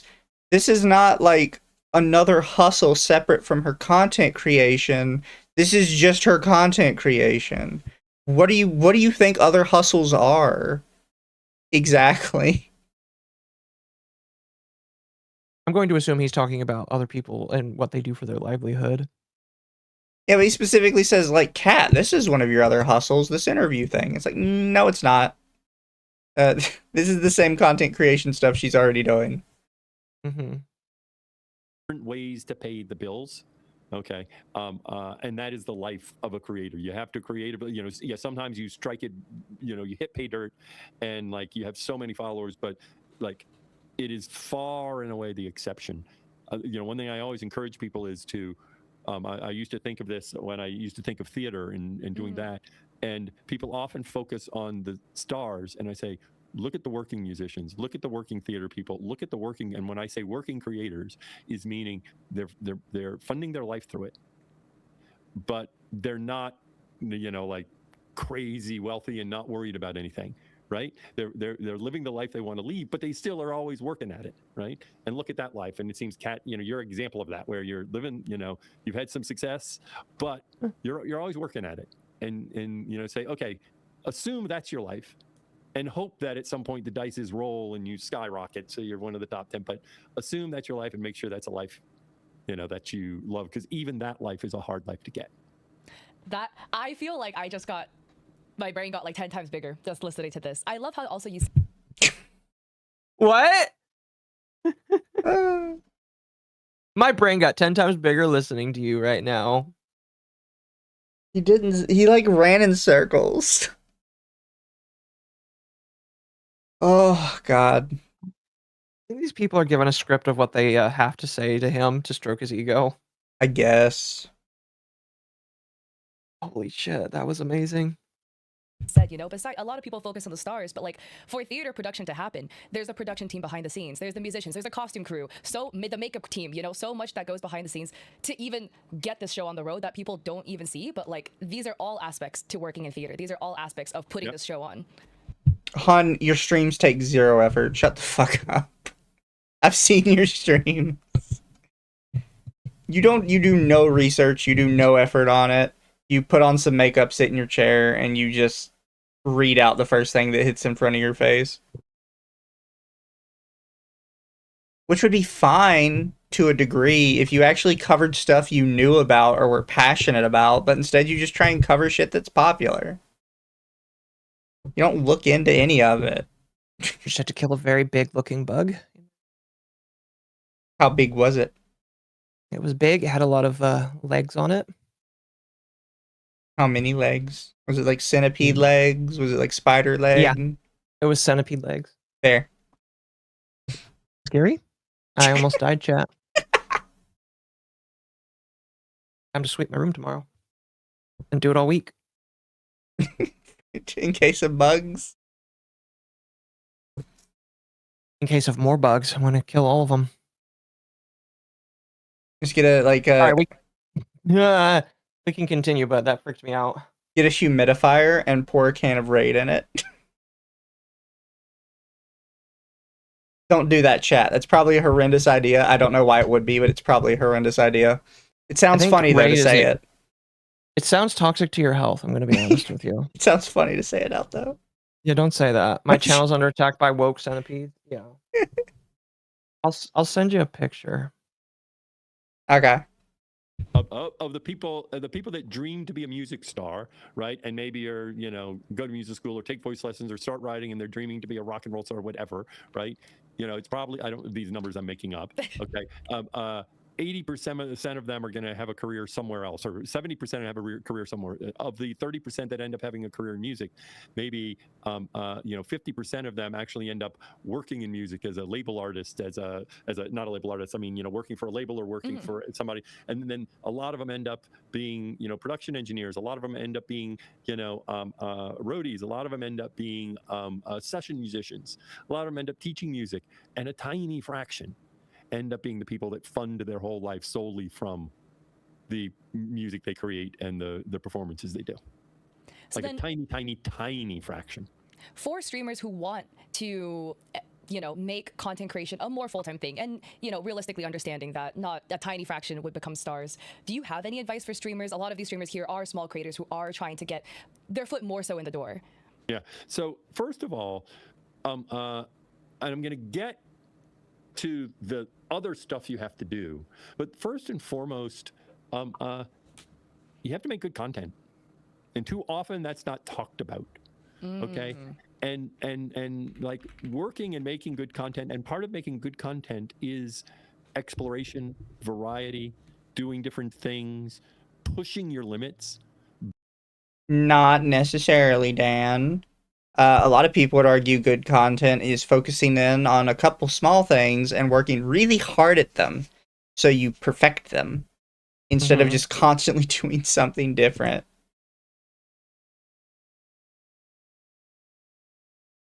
I sent you a picture of the bug. Do you know what kind of bug that is? I do not know what kind of bug that is. Okay.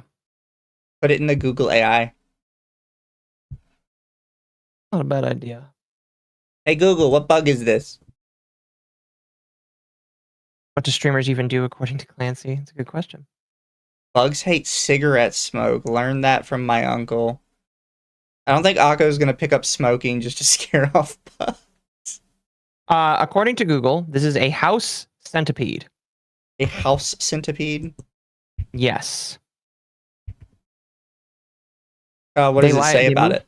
Okay. They move fast and they are nocturnal predators, often found in moist areas like basements, bathrooms, or near sinks. Weird, because I don't have any basements, bathrooms, or sinks in my room. They are harmless to humans and beneficial as they feed on common household pets like cockroaches, silverfish, and spiders. Oh. Oh, so you killed the cockroach killer. Yes. How dare you? He was protecting your home.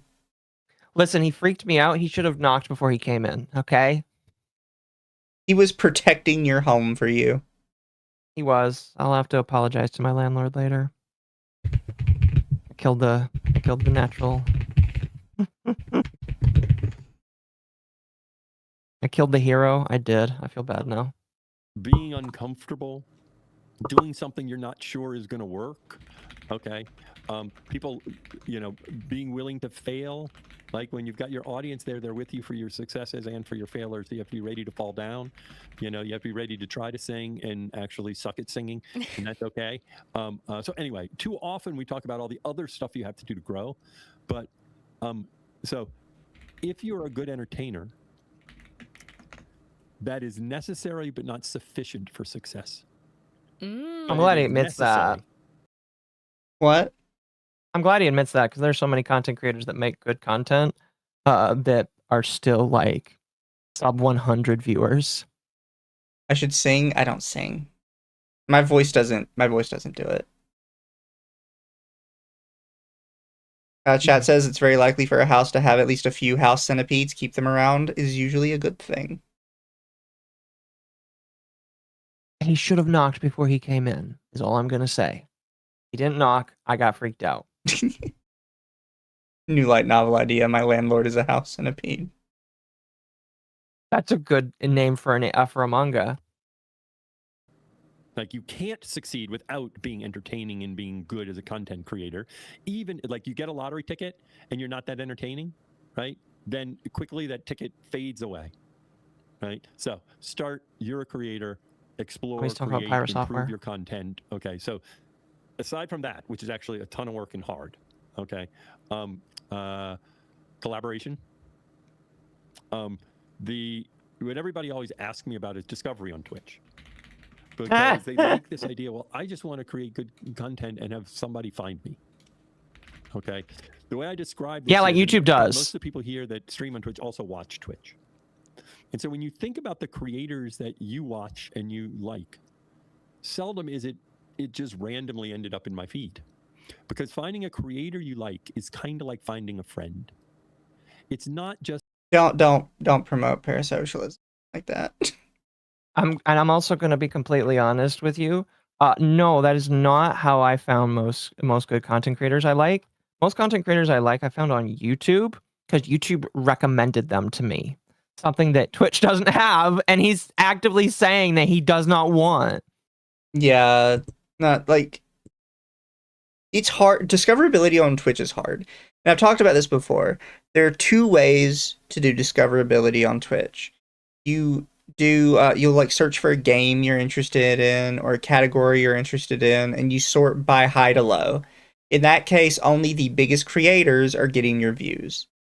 Or you go the opposite direction. You search low to high. Well, everybody on the bottom rung gets 0 viewers. As soon as one person clicks their video, they have immediately jumped out of that category. And now they're somewhere in the middle of thousands of people. Just by having one person follow them. Or one person go watch. Something very niche, you're never going to be found in a sea of people playing our creators. Yeah. You basically have two ways to search, and both ways negatively affect smaller creators' growth. Got recommended Occo, then UT. Exactly. Like, you would never find... This is why I multi-stream. If I had stuck to just Twitch, I probably never would have found anybody. I moved to YouTube, and it moved up from there. Yeah. Just about how entertaining they are. It's eventually you feel at home with them. You feel a belonging. It's not just them. It's about their community. And so I often talk about this thought exercise.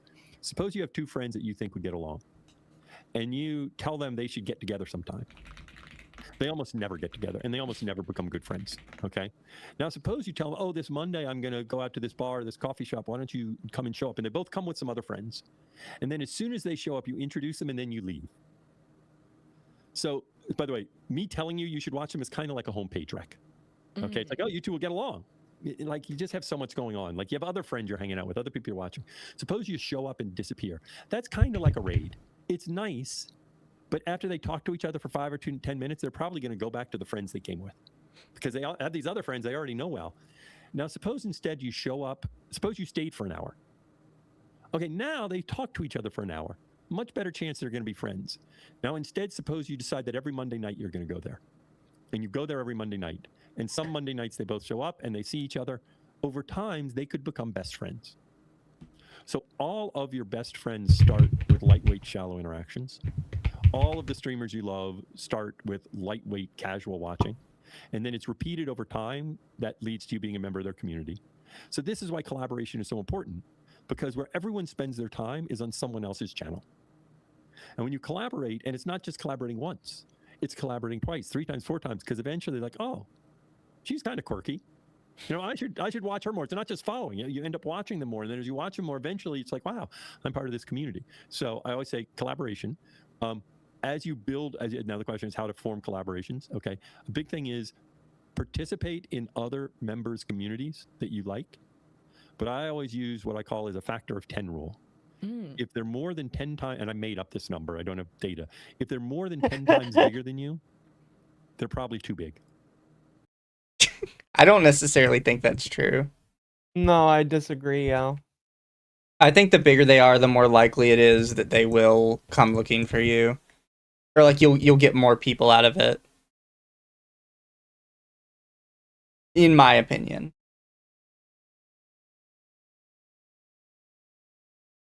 One sec, I need to change a thing. I don't know, what do you think about that, Occo? About his rule that he arbitrarily made up, I think that just doesn't count, because like I would say that there are a couple of content creators that I've gotten into the space of that would probably fall into what he's saying, and it's just like, I don't know, sometimes you just need to ask people and they'll say yes, There, in fact, a lot of the times when we have big people on here, it's because it's just like, asked and they said yes. And they're like, sure. And we've been surprised how it has been genuinely, what the fuck? We've been genuinely surprised how many people that we would have never guessed actually know our name, and compared to them, we are not that big of content creators. You know what I mean? Yeah. I've talked about it before. I almost had fucking Joe Cat on here. That was back when we were sub 100 viewers. Yeah. We had nobody watching. I was so close. He changed his mind like literally 3 hours before stream, and I was like, fuck. I mean, we had Merryweather. That was like the next one. Yeah, I had Merryweather on. Or no, I'd say Legal Mindset. Legal Mindset too. Legal Mindset was a good one. Technically Rima. I don't count her, but fair. I mean, it counts. Sure. Just need to get Nuxtaku on and we're set. Oh gosh. Just get him on to yell at him. Who else is named Mama Occo? Fair? I mean, fair. But like, Taiga, again, we did have Taiga. All the Lollipuf girls. Which, granted, I'm not saying they were like huge, but they were known. Okay. Almost got Exodia, did we? Who was Exodia?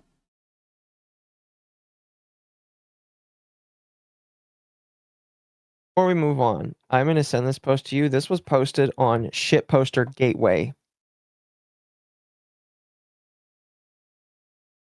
How?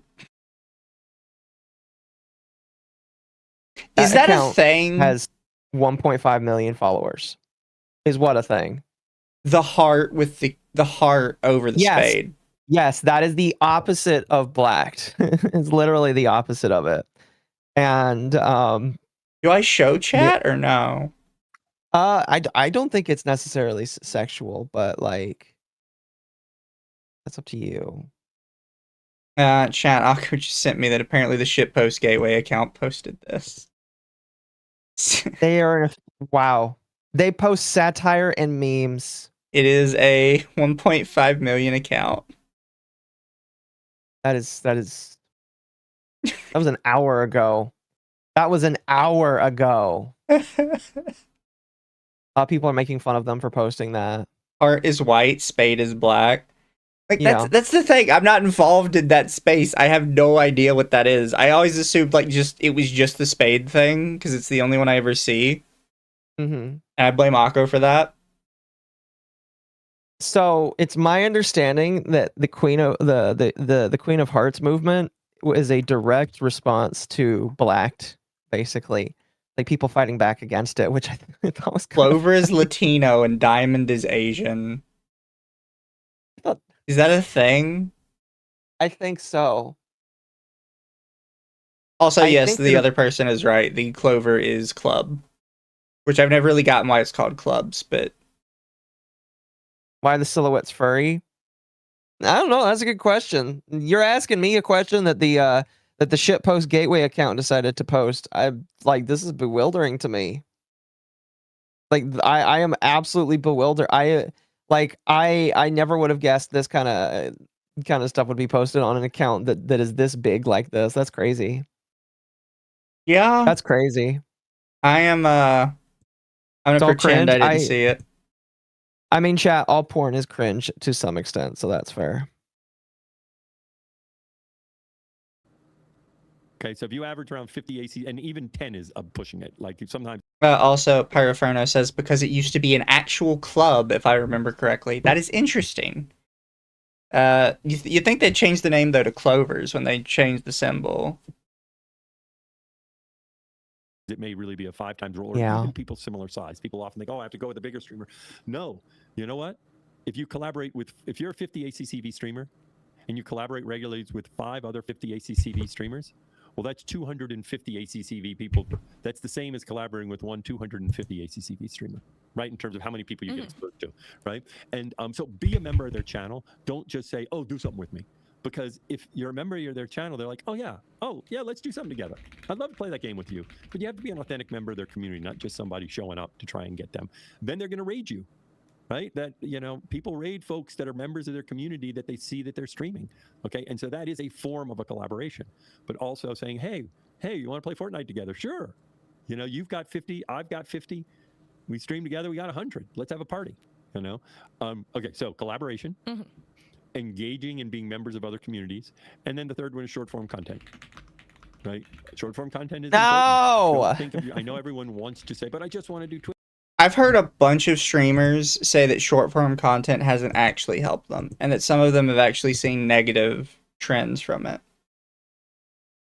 Well, it doesn't give you your long form content, and streaming it can potentially help, but I don't think it is like the actual big thing that some of these people actually think it is. Yeah. Thank you for the super internet Zen. Yes, all the suits are different races. The fact the heart is being paired up with furries is pretty funny, to be honest.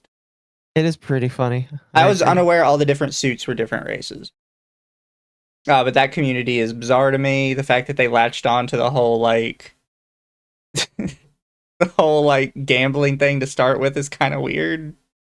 Yeah, I'm gonna be honest with you. I am not very well versed in it. I just like some of the hentai. I'm gonna be honest with you. That's fair.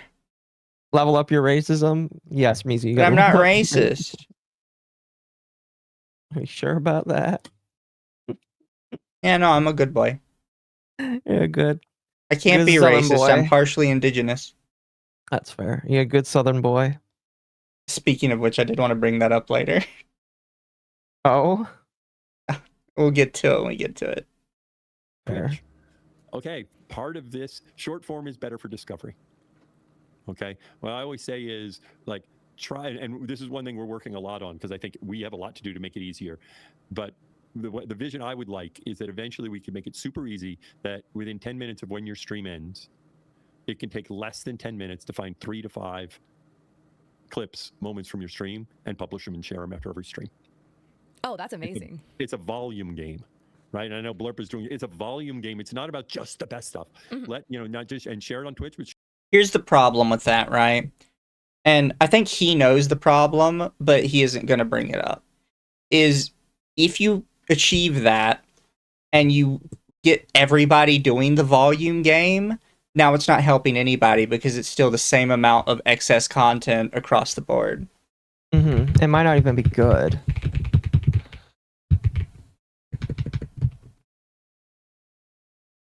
Like that's because now like everybody is doing it, right? The volume thing only helps you because everyone isn't doing it yet.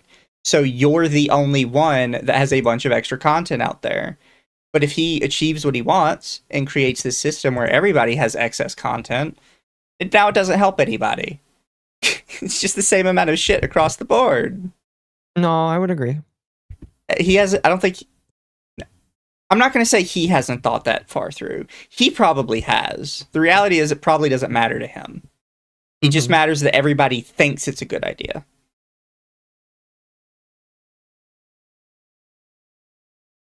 Or that's what I gather from it.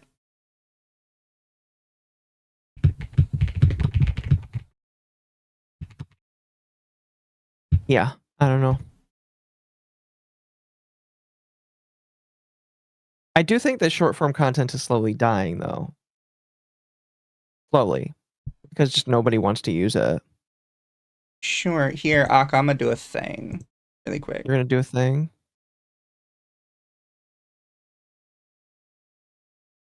Okay.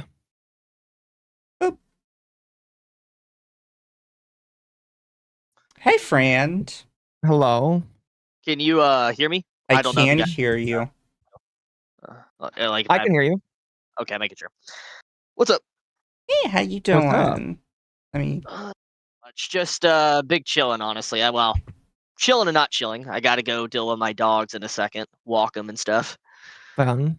yeah, no, that's fair. I saw you started fighting with Jeff too. I also started. Oh yes, yes, I was. Yes, he's been doing pop shots at me for months, so I was like, I'm done. I'm just done. Yeah. I think I swung at him the other day, and I think I really upset him. I forget what I was pointing out to him that I didn't like. It was Goblin Slayer, I think. You pointed out the Goblin Slayer thing, I think. Well, yeah, the Goblin Slayer thing was old. It was more about like the other stuff he was saying. Mhm. No, like, look, I don't know too much about Jeff. I haven't like dived into his history or anything. I've heard things here and there, and I form my own opinions on someone. Like when I interact with them, that's how I am as a person. And my only interactions I've had with him now at this point, it's just been nothing but negative. He's been doing nothing but like pop shots, sneak disses against me, against people that constantly are basically hating me every single day and just stalk my account. And I let it go for a while, but I was just like, you know what? This man is just blatantly saying that I would not fight for anti-censorship of content that I disagree with. Like here, let me read this initial post he said. It's so wild to me, and it really kind of, it honestly upset me.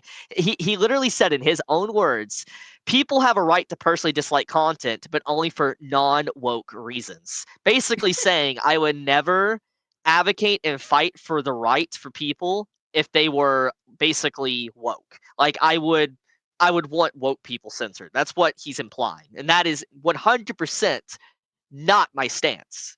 And that really pisses me off because it's like, no, I am someone that stands my ground. I will fight for things that I agree with and disagree with, regardless of both sides, politics, whatever. And it's not even a subject matter of politics. He turned it into politics. It's like, bro, like I didn't even mention politics. It's not even about that. It's just so disingenuous and gross, and also straw manning. Oh yeah, Trying to act like I'm someone that's like, oh yeah, because let's say the right doesn't like, maybe let's say LGBTQ or let's say gay ships or anything like that, I'll be against it. It's like, no, if someone wants to be gay, I don't care. Do it. Be gay. I don't care. I'm not gonna advocate for banning and censorship of that in art or even in real life. It's just crazy. Yeah, I could see in the reply to this Simon Rubanu person, he's made like a bajillion comments about you. Oh yeah, no. Yeah, he has. No, he literally stalks my account.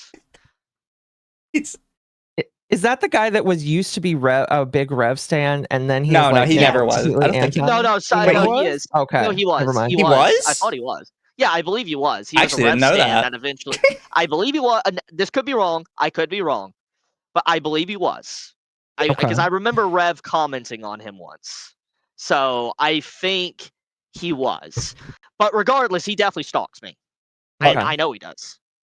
I don't know who stalks me worse, him or Mythical at this point. True, true. 'Cause He's. it's crazy. I can see it here. He's just kind of throwing whatever at the wall, I think, to try and get at you. Like, Oh yeah. Chibi led a whole harassment campaign against the screenwriter of Bocchi the Rock. No, I did not. I just called things out. Like, you could go back and see my public post. You could fact check yourself.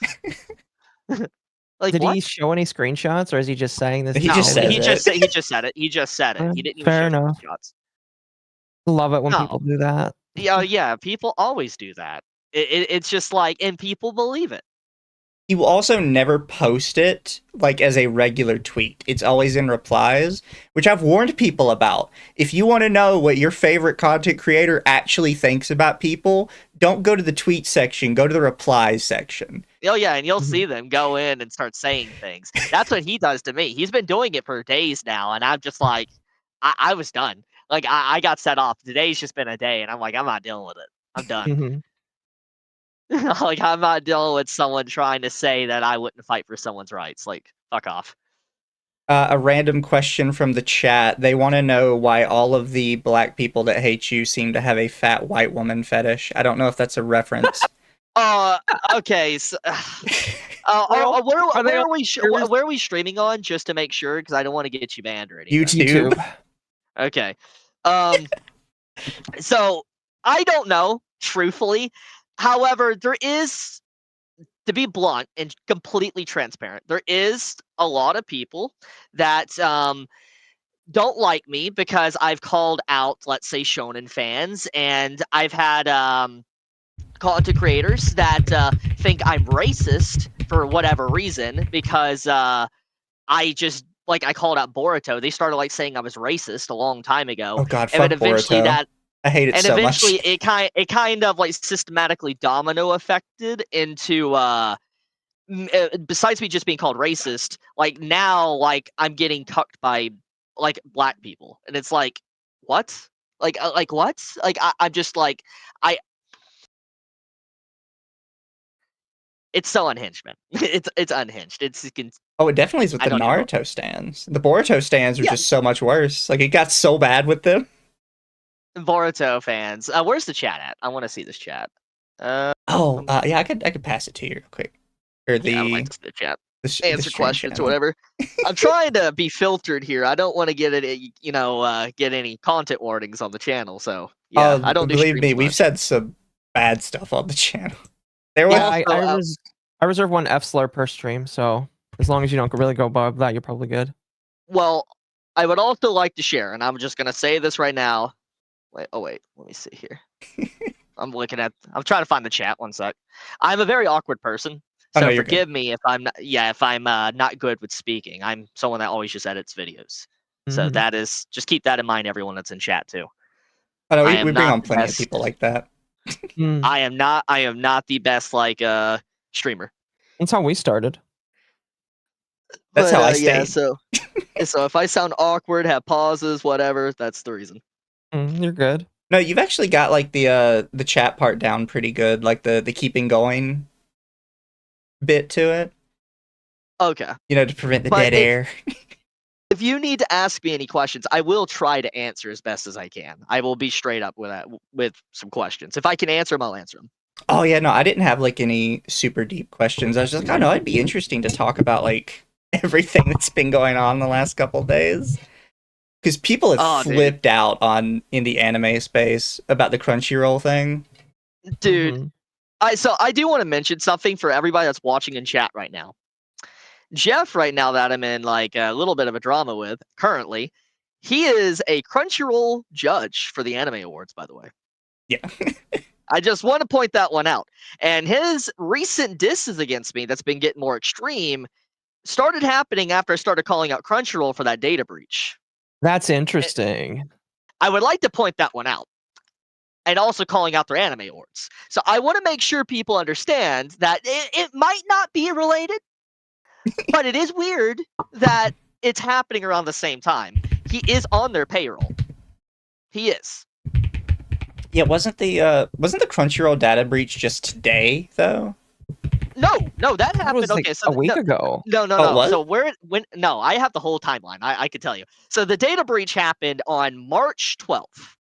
And Crunchyroll was aware of this. This person got in for 24 hours, accessed their servers, the ticketing system, got full access to credit card information, your IP addresses, your emails, I believe some passwords, your actual information you give over to representatives in the ticketing system if you're talking about billing information or whatever.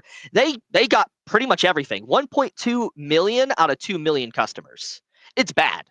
And basically, they were aware of this for 8 to 9 days, and the hacker contacted them to try to ransom them and stuff like what hackers do. They refused to answer, didn't even acknowledge it. They locked the person out of the database, and then eventually it broke news in March 21st, 22nd. It broke news because the hacker contacted a cybersecurity group that talks about breaking news of cybersecurity, which is what led to everybody finding out about it. So Crunchyroll was literally trying to hide this information for 8 to 9 days until they got caught. And then they tried to act like it didn't happen. And they did a very like PR speech, like, oh, they're investigating. And then they didn't acknowledge it. And then after more information comes out that the data was stolen, and I Have Pwn's site puts the email addresses up the people's accounts that were stolen, Crunchyroll puts a very shady little warning when you log into Crunchyroll saying, "Oh, this is a phishing warning. Crunchyroll will never ask you for your passwords or information." When you log onto their site, it's a little box. It's a little box that appears, and if you click off of it, it never appears again. It is That is so creepy. shady. It's so shady. It's so Oh yeah, here it screwed up. is. You only have to log in. It's so screwed up because they're not even acknowledging it happened. They're just saying, "Oh yeah, watch out for phishing attempts." That they admitted it happened. That's enough. They admitted it, but they are doing it in the most shady way possible to where they're making it look like it's not a big deal. Really quickly, Mizu, you're not sharing your screen. I know. Okay. I just had Chibi in here. Yeah. No, Letting you know. but it's really shady, and it pisses me off. I called them out on that, and then suddenly Jeff, he's now making tweets, little subtweets on me on different posts and all that of my known haters. Kind of weird. And then I call out the anime awards for people that are agents that want to censor anime content, and I was like, okay. I'm like, okay, that's weird that you're now being like this hard against me. I don't know if because you said you hadn't seen like Jeff's like past history stuff, right? Or at least not much of it. I know I've heard it in passing, but once again, I know how the internet is. Do you know about the Nekopara tweet? I have heard about the Nekopara tweet. I just haven't seen it personally. Once again, I know tweets can be faked. I know screenshots and everything. Word of mouth, things change. I'm also a victim of that. So Yeah. I don't instantly believe everything I hear instantly, regardless, because I know things just get distorted in time. And even if someone doesn't deserve that, I still think they do deserve the benefit of the doubt. No, that's fair. The Nekopara is one of the funnier ones from him. You've probably heard of it before. The funniest will always be he did a video on why it's never okay to pirate anime, why there's never a reason to do it. And it was taken down for copyright claims within like 5 seconds of going live. Wait, back up. Wait a minute. So he was advocating for like anti-piracy, like he hates piracy. No piracy. And he did a stream. This is a stream. No, it's a video. It was a video. Okay. Pre-recorded YouTube video. A pre-recorded YouTube video about anti-piracy taken down by copyright by the companies he's trying to defend. Oh Jesus. Yeah. Oh.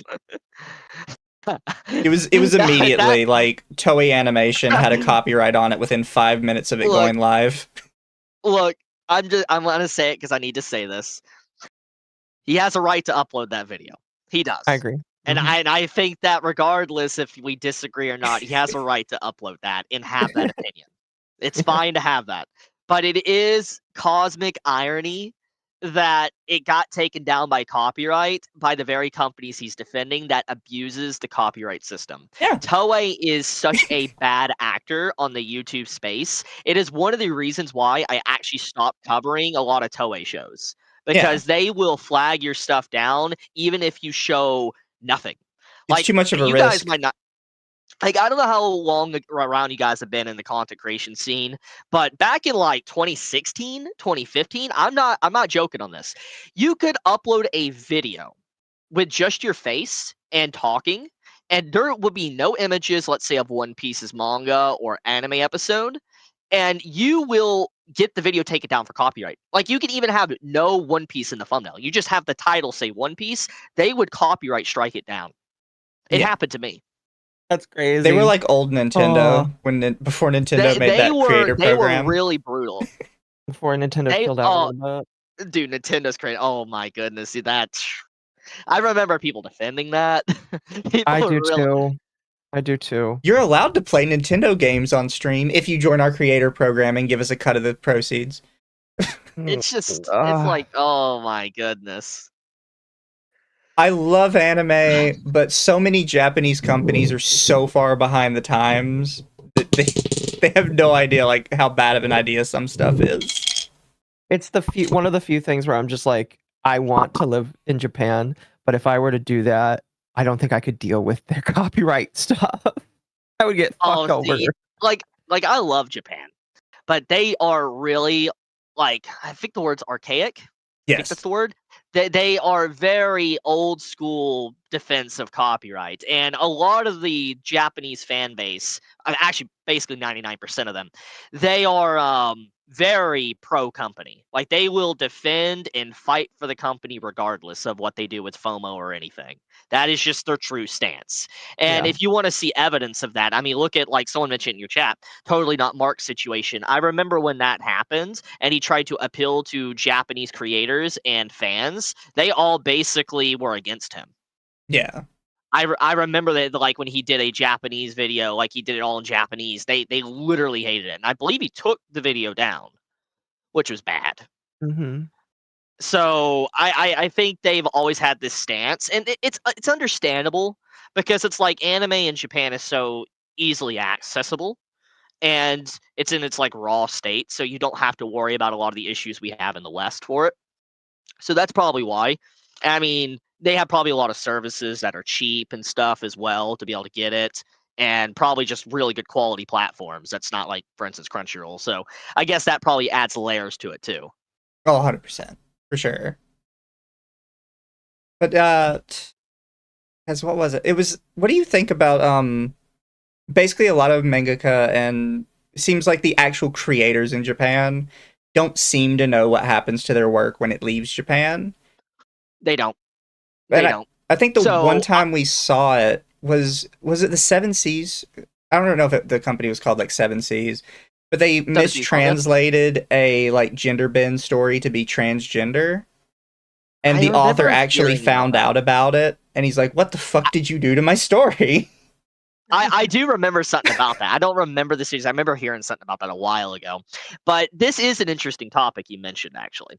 A lot of creators, they're unaware, or they are too naive with business when it comes to working with American companies or people that are from America, or just in the West in general.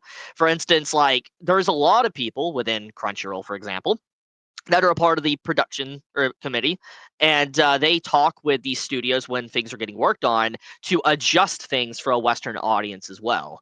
And so upon the creation of these shows, they're just straight up getting censored. So it's like the studios don't know.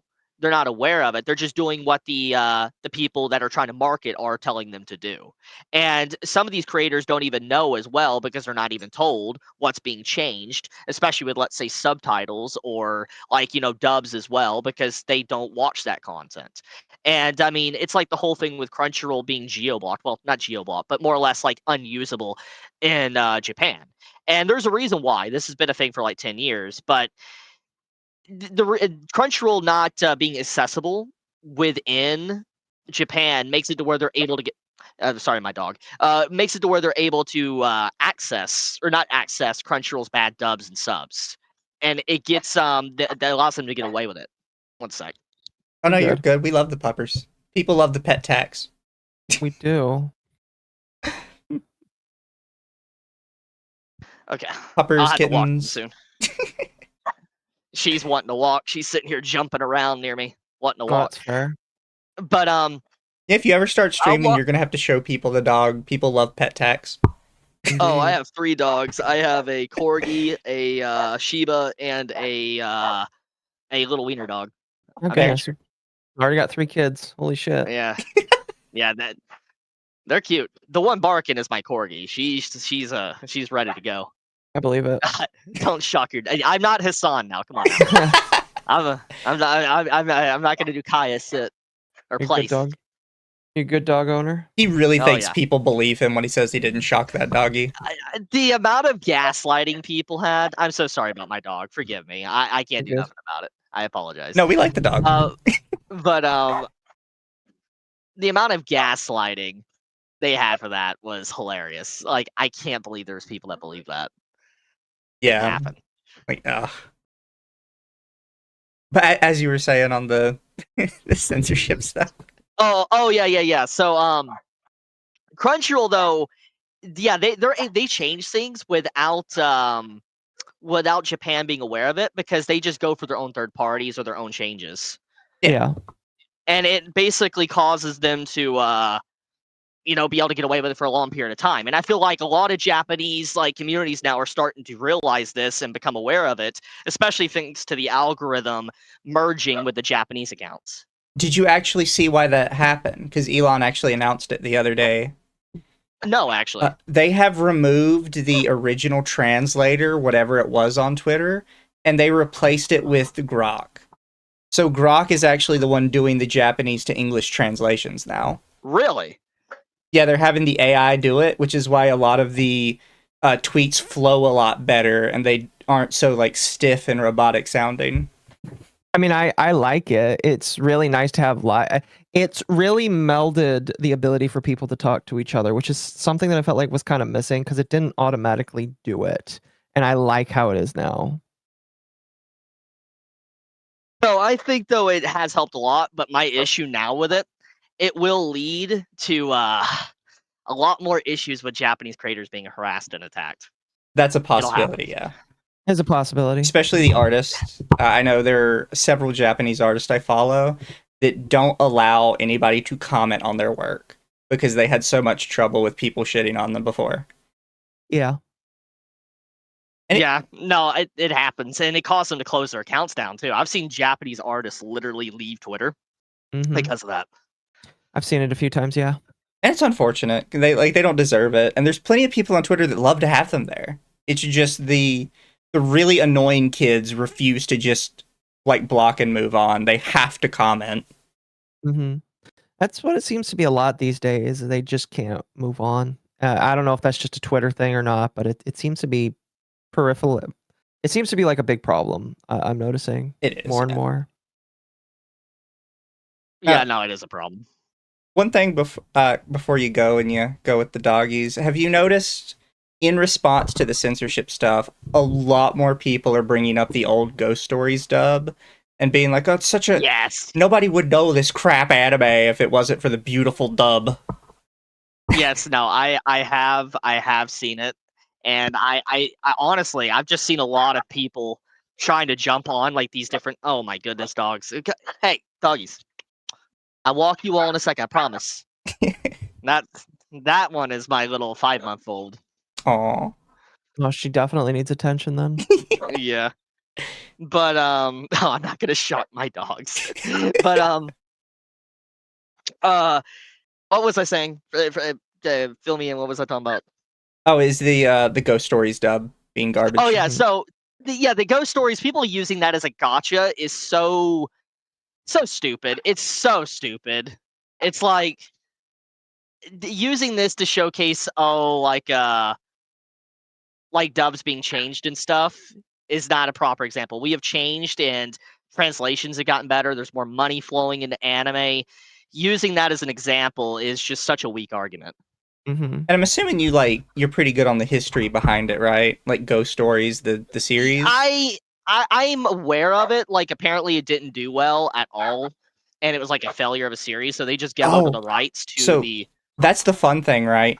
Ghost Stories actually did amazing in Japan. When it played, it was given a prime time slot right before Dragon Ball. And Dragon Ball is the only anime during its time slot that was performing better than it. Wait, really? I had no idea on that. See, I don't know everything, so okay. The best way to That's describe crazy. it is Ghost Stories was the Goosebumps of Japan. They had like book series, they had like little board games, but it was a kids anime series basically, like Goosebumps was. And then I it didn't came know to that. America and sucked. When they say like Ghost Stories failed, or the guy that did the English dub, what he means is the company that dubbed it before him failed. But that entire company went under. It wasn't just the Ghost Stories dub. Like whatever they were doing wasn't working. Well, that makes sense. So they just did whatever they wanted. Yeah, he just chose to do whatever he wanted, and then kind of lied about it afterwards. The guy's changed his stories a couple times. I could probably That's pass it to absolutely you later, but somebody's done a really good deep dive on ghost stories in Japan and managed to dig up a lot of the old, like, whatever they call it, like the TV numbers, which shows how many people were watching TV shows. They found the listing for that for ghost stories. Wait, really? Yeah, Okay, you'll have to pass me. I would like to see that. yeah, they did a really good deep dive on it. But yeah, no, Well, Ghost Stories was I need to see good that. in Japanese. Like, I've even seen a properly subtitled version of it, and it's actually a really good, interesting show. Mm-hmm. Well, I might have to check that out then. I appreciate it, man. Yeah, I'll really do. pass it along. It's. Please do. I know chat was mentioning it, but I am like a #1 Ghost Stories defender for the sub.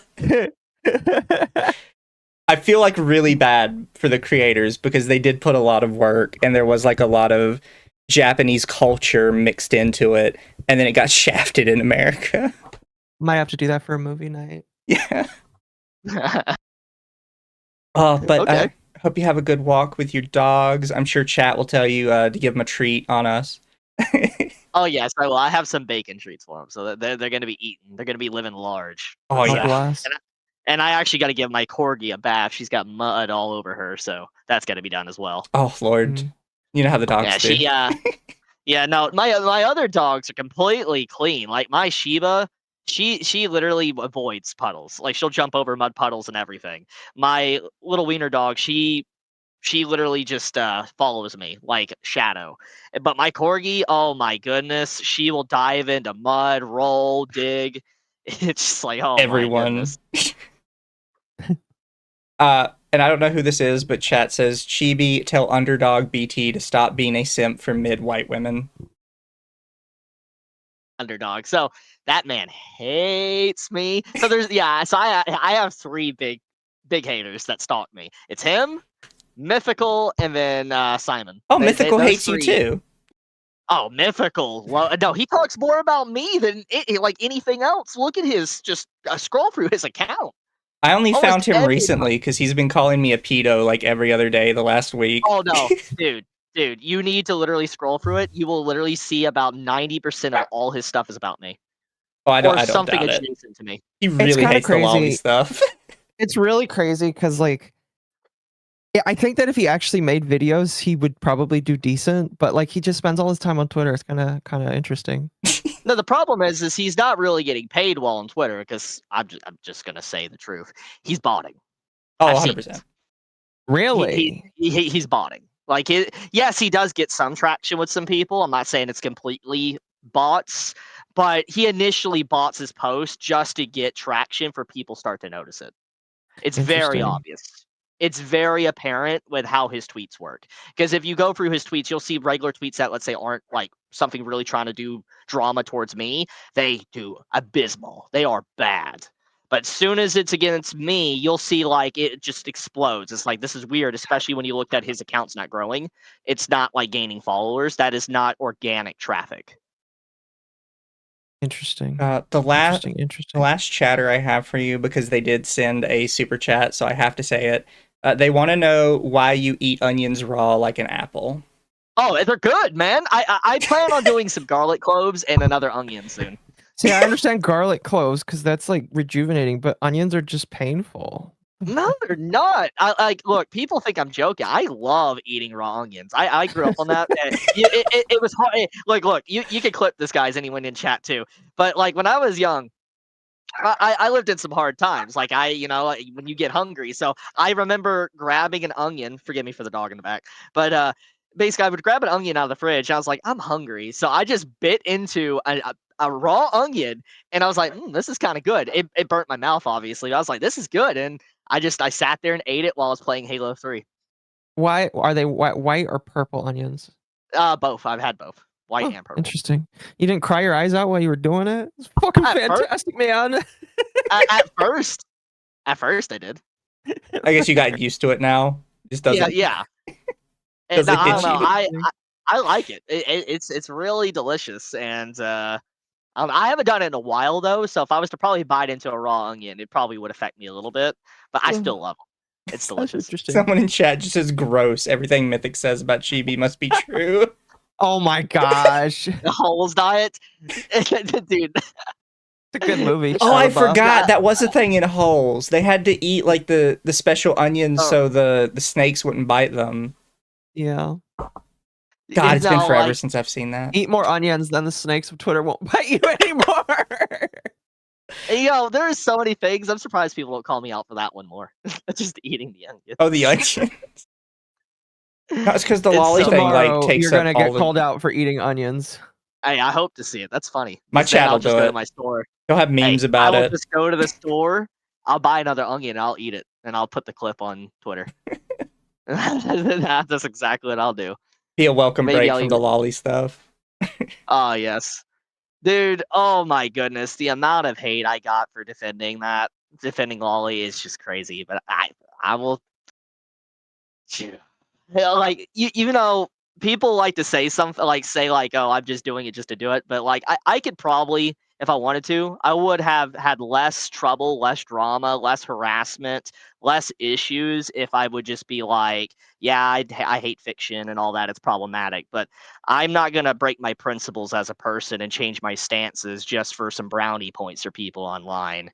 It's just Exactly. crazy the amount of people that has come after me because I've lost sponsorships because of my stances. But I would still say it again. I'm not gonna change my point of view and me as a person over money. That's not how I am as a person. Exactly. You gotta like Mhm. stick your feet in the ground and be like, I believe this. You know. Mhm. Now, do it? Does it suck? I'm not making more money. Oh yeah, but at the same time, I'm not gonna change myself as a person just to get that. It's not what I believe in. I wasn't taught that. Mhm. Yeah, and I'm sure at least people on our side are probably very receptive to that. Mhm. Yeah, Oh, yeah. and I'm like, because to be honest with you, most of my harassment for basically forever has come from that. People using my stances on lollies and stuff. And then eventually to my like forbidden tags and stuff, like with just hentai and whatever, people come after me and it's just like, okay. And I'm just like, yep. What is your most forbidden tag? Oh man. Oh, Like only Mizu will know this.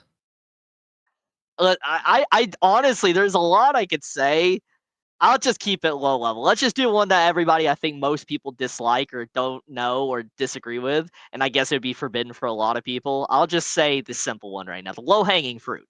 I'll just say vor. That's what I'll just say right now. I'll keep it very simple. Honestly, not the lowest of hanging fruit. I thought you were gonna say You know- NTR. In that case, I'd have had to kick you out. Oh no, I don't. Okay, I wanna make a point here. I'm just gonna say it. I don't like NTR. Okay, but I will defend it. I will defend it. I will defend that content. It has a right to exist. I don't care for it though. Oh, I'll I might defend just it, but make I fun hate of it. people. I'm the number Listen, one NTR slayer.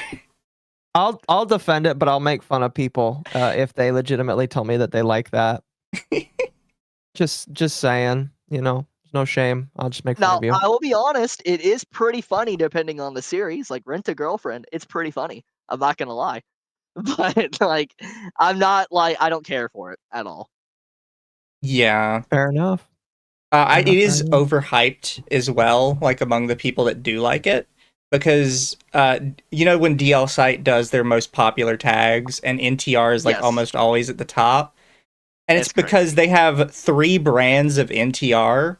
One of them includes harem, and they lump Bro. all 3 brands of NTR into a single tag. Oh man, okay. Whoever More you runs the know. site really likes regular NTR and is cheating the system. They really want that to get up there. Where's my Wincest? Exactly. No, I'd have to put Wincest probably pretty up there. Top 3, top 5 tag, I'll say. Yeah, I know I probably surprise people when I say mine, but mine is probably MILF, like pretty high up there. No, that's Really? not surprising. Well, because it's normally MILF with Shota. Okay, that so you're into the size difference then with that, with like the Shota Mill thing. That's what I'm assuming. Probably Okay. a little bit. Okay. I have that a I makes have a sense. famous tweet that's probably no longer up anymore, where it's just me saying, I wish I could go back in time so like young Mizu could get molested by a big mommy MILF. That is absolutely unhinged. If I was to post that, I would be holy fuck. Oh, that actually might be a tweet idea. Wait a minute. I, Wait a minute. I could send you. So there's this guy that really doesn't like me that has a call out doc on me, but it's just like my greatest hits of the jokes I've made on Twitter and him taking them deadly seriously.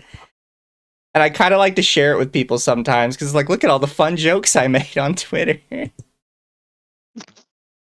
that people If I get was me in to, trouble for. dude, people would lose so much shit if I posted that. I'm willing to bet you I will probably have, in the span of a few hours, 50 death threats.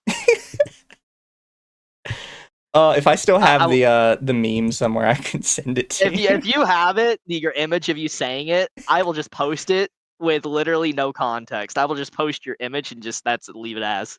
Oh gosh. It was one I made. I won't even give context. I will just post your image of what you said. Boy. But it That is shit one would of eat me. those. I have one for Scott Pilgrim too that got me in trouble. Dude, the Scott Pilgrim community hates me. They had a whole, like, for a while, like I think a month and a half ago, they did a whole comparison of me with Scott, like Scott Pilgrim, like with the main character. Wait, And me. really? Yes, there was like a whole thread. I saw that like one thread had like 25,000 likes. I was like, oh my goodness. 25,000. Like I don't even talk with like about Scott the Pilgrim or anything, like anything with that series. But they were like comparing me with it and all that. And I was just like, what? Were they calling you Scott? Like, Yeah, basically, yes. I mean, Scott still technically gets all the girls though. At the end of the Yeah, but they were calling him pedo. That's what they were doing. oh yeah, That's what. that's the tweet I Yes. got in trouble for.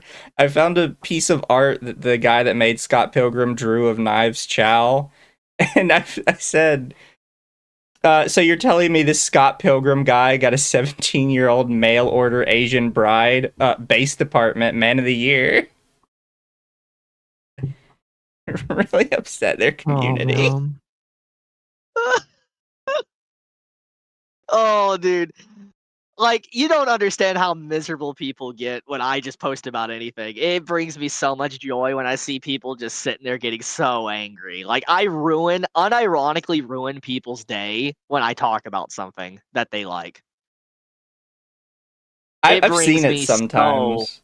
it brings me so much unfiltered joy just knowing that apparently I have so much aura that they get so angry, so mad. They got to post this frustration on social media to basically the void as well. No one even giving their likes or whatever sometimes, and just posting it just to rant about me because they are so mad I'm talking about their series. Oh yeah, I forget It's the one so I funny. always see, but somebody will post like a picture of you and they'll say, I hope Chibi talks about your series. It's a real threat." Like, Yes, it's so great. Oh, oh, that's so fun. You've so become the fun. boogeyman, or one of the boogeymen. I am. No, they have called me. They basically have made me into a boogeyman.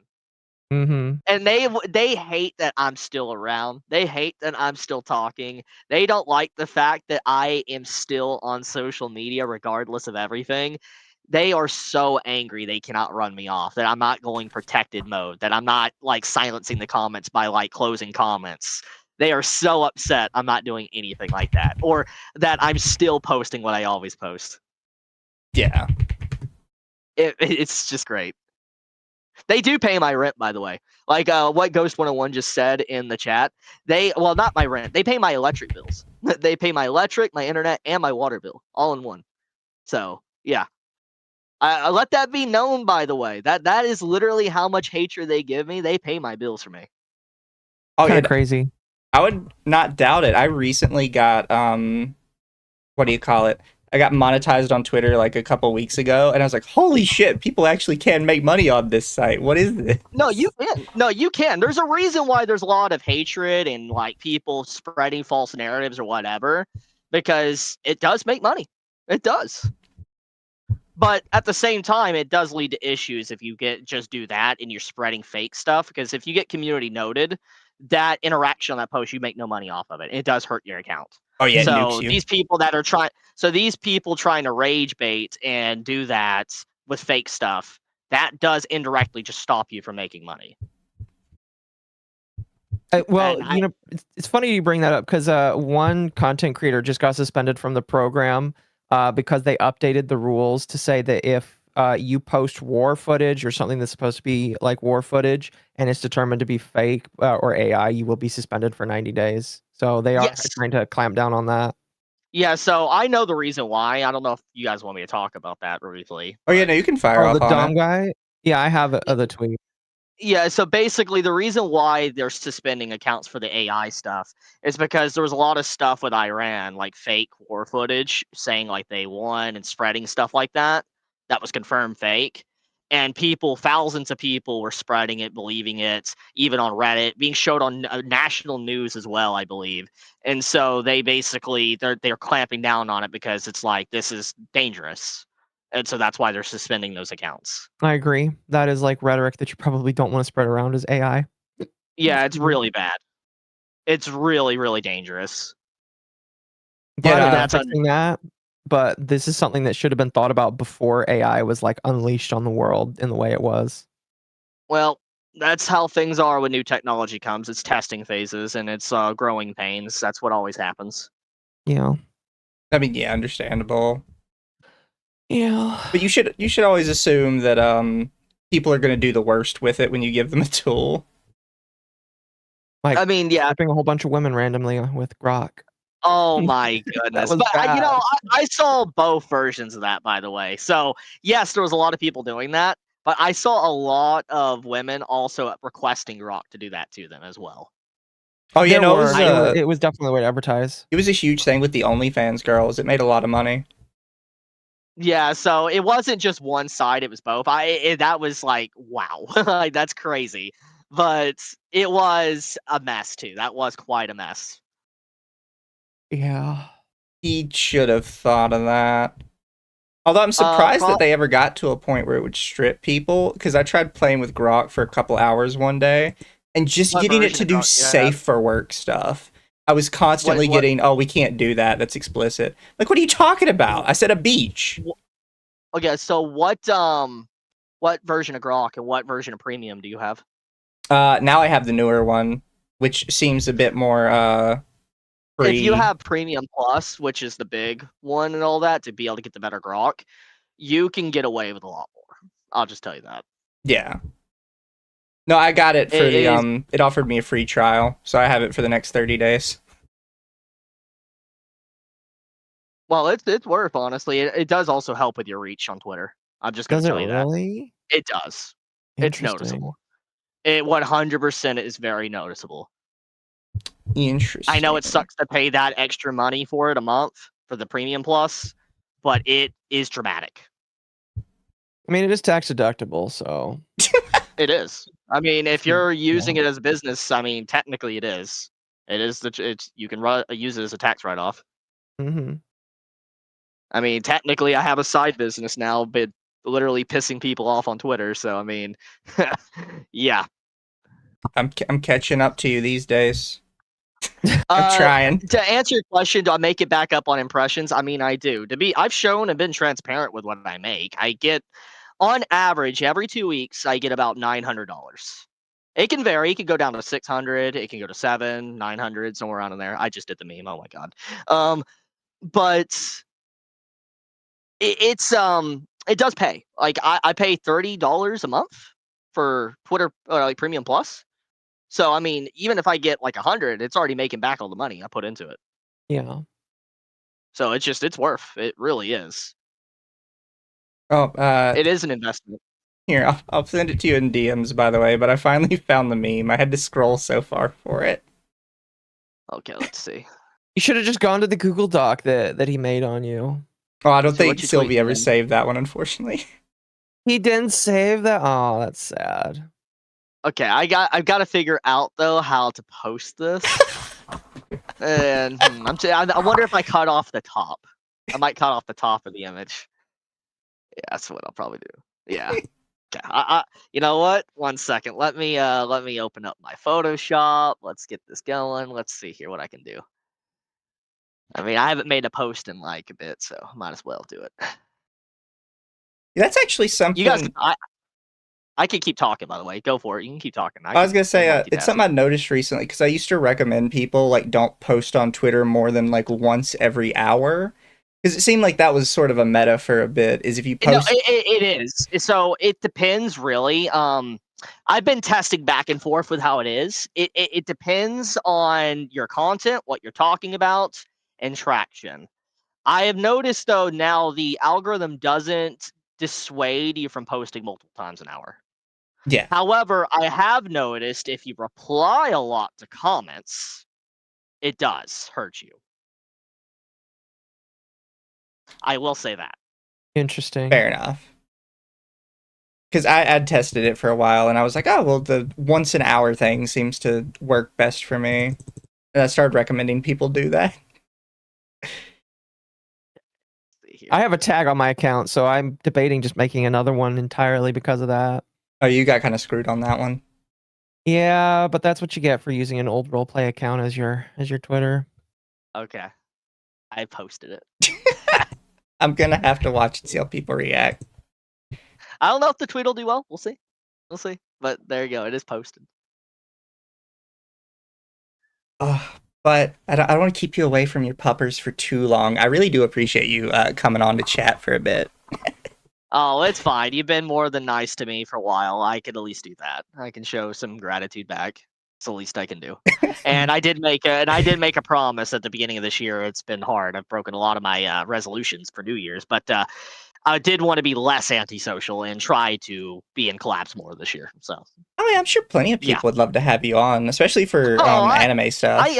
I get asked a lot, and the problem is I'm bad at like turning it down or even like committing to it. It's really bad. But I'm just someone that just doesn't like. I'm awkward. I just don't like being on a lot of streams. I don't. That's just how I am. No, that's fair. Here, chat. I will share the tweet link for those of you who want it, like right now. But no, yeah, I'm sure you'll find like a routine that works for you once you like start doing it. Oh yeah. I've debated on streaming more, but it really just depends because I just don't really have to set it for streaming, and especially with all my dogs. Oh my goodness gracious! I mean, you guys heard them earlier. Yeah. How crazy they were going. But yeah, people like To the calm dogs down in one the of my background. dogs, to calm down my one dog, my corgi, she's just sitting in my lap right now. I'm having to pet her Oh, that's nice. just to calm her down. Actually became a Chibi fan again from this. You didn't like Chibi, chat? I thought we liked Chibi. Okay, I'm just gonna keep it real with everyone in chat. Okay, listen. If you dislike me, you dislike me. I'm not going to hate you for disliking me. You disagreeing with me. If you're respectable, that's fine. I will respect you even if you disagree with me or you dislike me. But like when you start coming in trying to spread stuff and like coming at my throat, I'm done. I'm just done. That's fair. Yes, I've gotta chat, it's just the old block. Mizu model. It is, but it's still funny. Hey, and if you don't know who I am, thank God.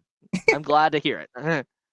I'm so glad that some people don't even know about my my long list of evil I've committed. Your long list of evil. Oh gosh. But yeah, if you're because somebody in chat already mentioned my anime show. If you're still good for Sunday, we'd love to have you for anime audits. That is strictly anime. I might. No promises. I'm not gonna promise. No, that's but I fair. might. I'm not gonna promise on it to get anyone upset. We'll But keep the if seat I'm warm. free, yeah, if I'm free and everything is good and nothing else is going on, like let's say I'm out at the gym or anything, then sure, I will jump in. Oh, going out to the gym lately, or has that been like a consistent thing? It's been a consistent thing, so I'm trying to at least go 2 weeks or 2 times every week. That's what I'm trying to do, and I That's at not least bad. spend about an hour to 2 hours there. I am weak. I'm just not gonna say. I'm not gonna try to be like some Giga Chad. Like, yeah, I can pick up 200 pounds and all. No, no, no, no. You'll get there eventually. No, I am no Giga Chad that's picking up heavy weights or anything. But I am trying my best just to get in physical shape. I mean, I'm 31 now.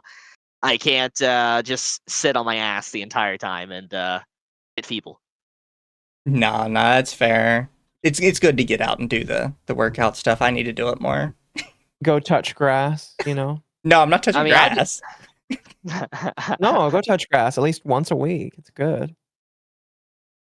I touch grass every day. I have to go outside and walk these dogs in my big giant forest. So that's- yes,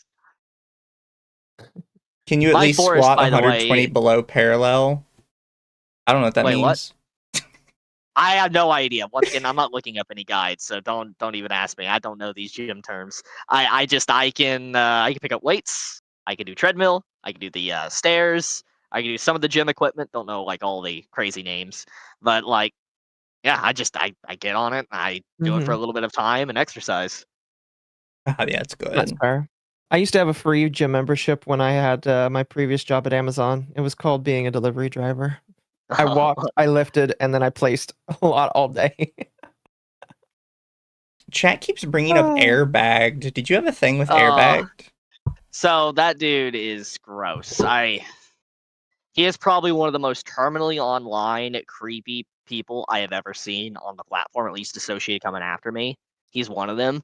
He went back through my old post and screenshotted a post from 2019 or 2018, a long time ago, like 7, 8 years ago now. He screenshotted a innocent family photo of me with my family at the beach in Florida. And he held on to this and he posted it uncensored, showing my whole family. Ew. And then trying to do comparison of me being like talking about fictional incest. Mm. Oh, I remember that tweet, I think. I actually saw that one from him. And here's the thing about that. I don't like that at all. Now, here's the thing. Should I have posted that family photo back in 2018-19? No, I shouldn't have. But it was a different time period. I was naive, and I will take responsibility for that. But the problem here is this man went back through a family photo from like 7 years ago, screenshotted it, held onto it on his phone, posted it as a gotcha against me for something about fictional content, and did a direct comparison. You know, that's like a check their hard drive moment. Like an actual check their hard drive moment. Yeah, I know people joke about that all the time, but yeah, that's really weird. Well, no, it's even weirder. He has like a lot of info on him out now. Like he Oh, you know, he's got an arrest record. Yeah, no, Does he really? Yeah, but it doesn't just stop there. I'll let everybody in chat know this.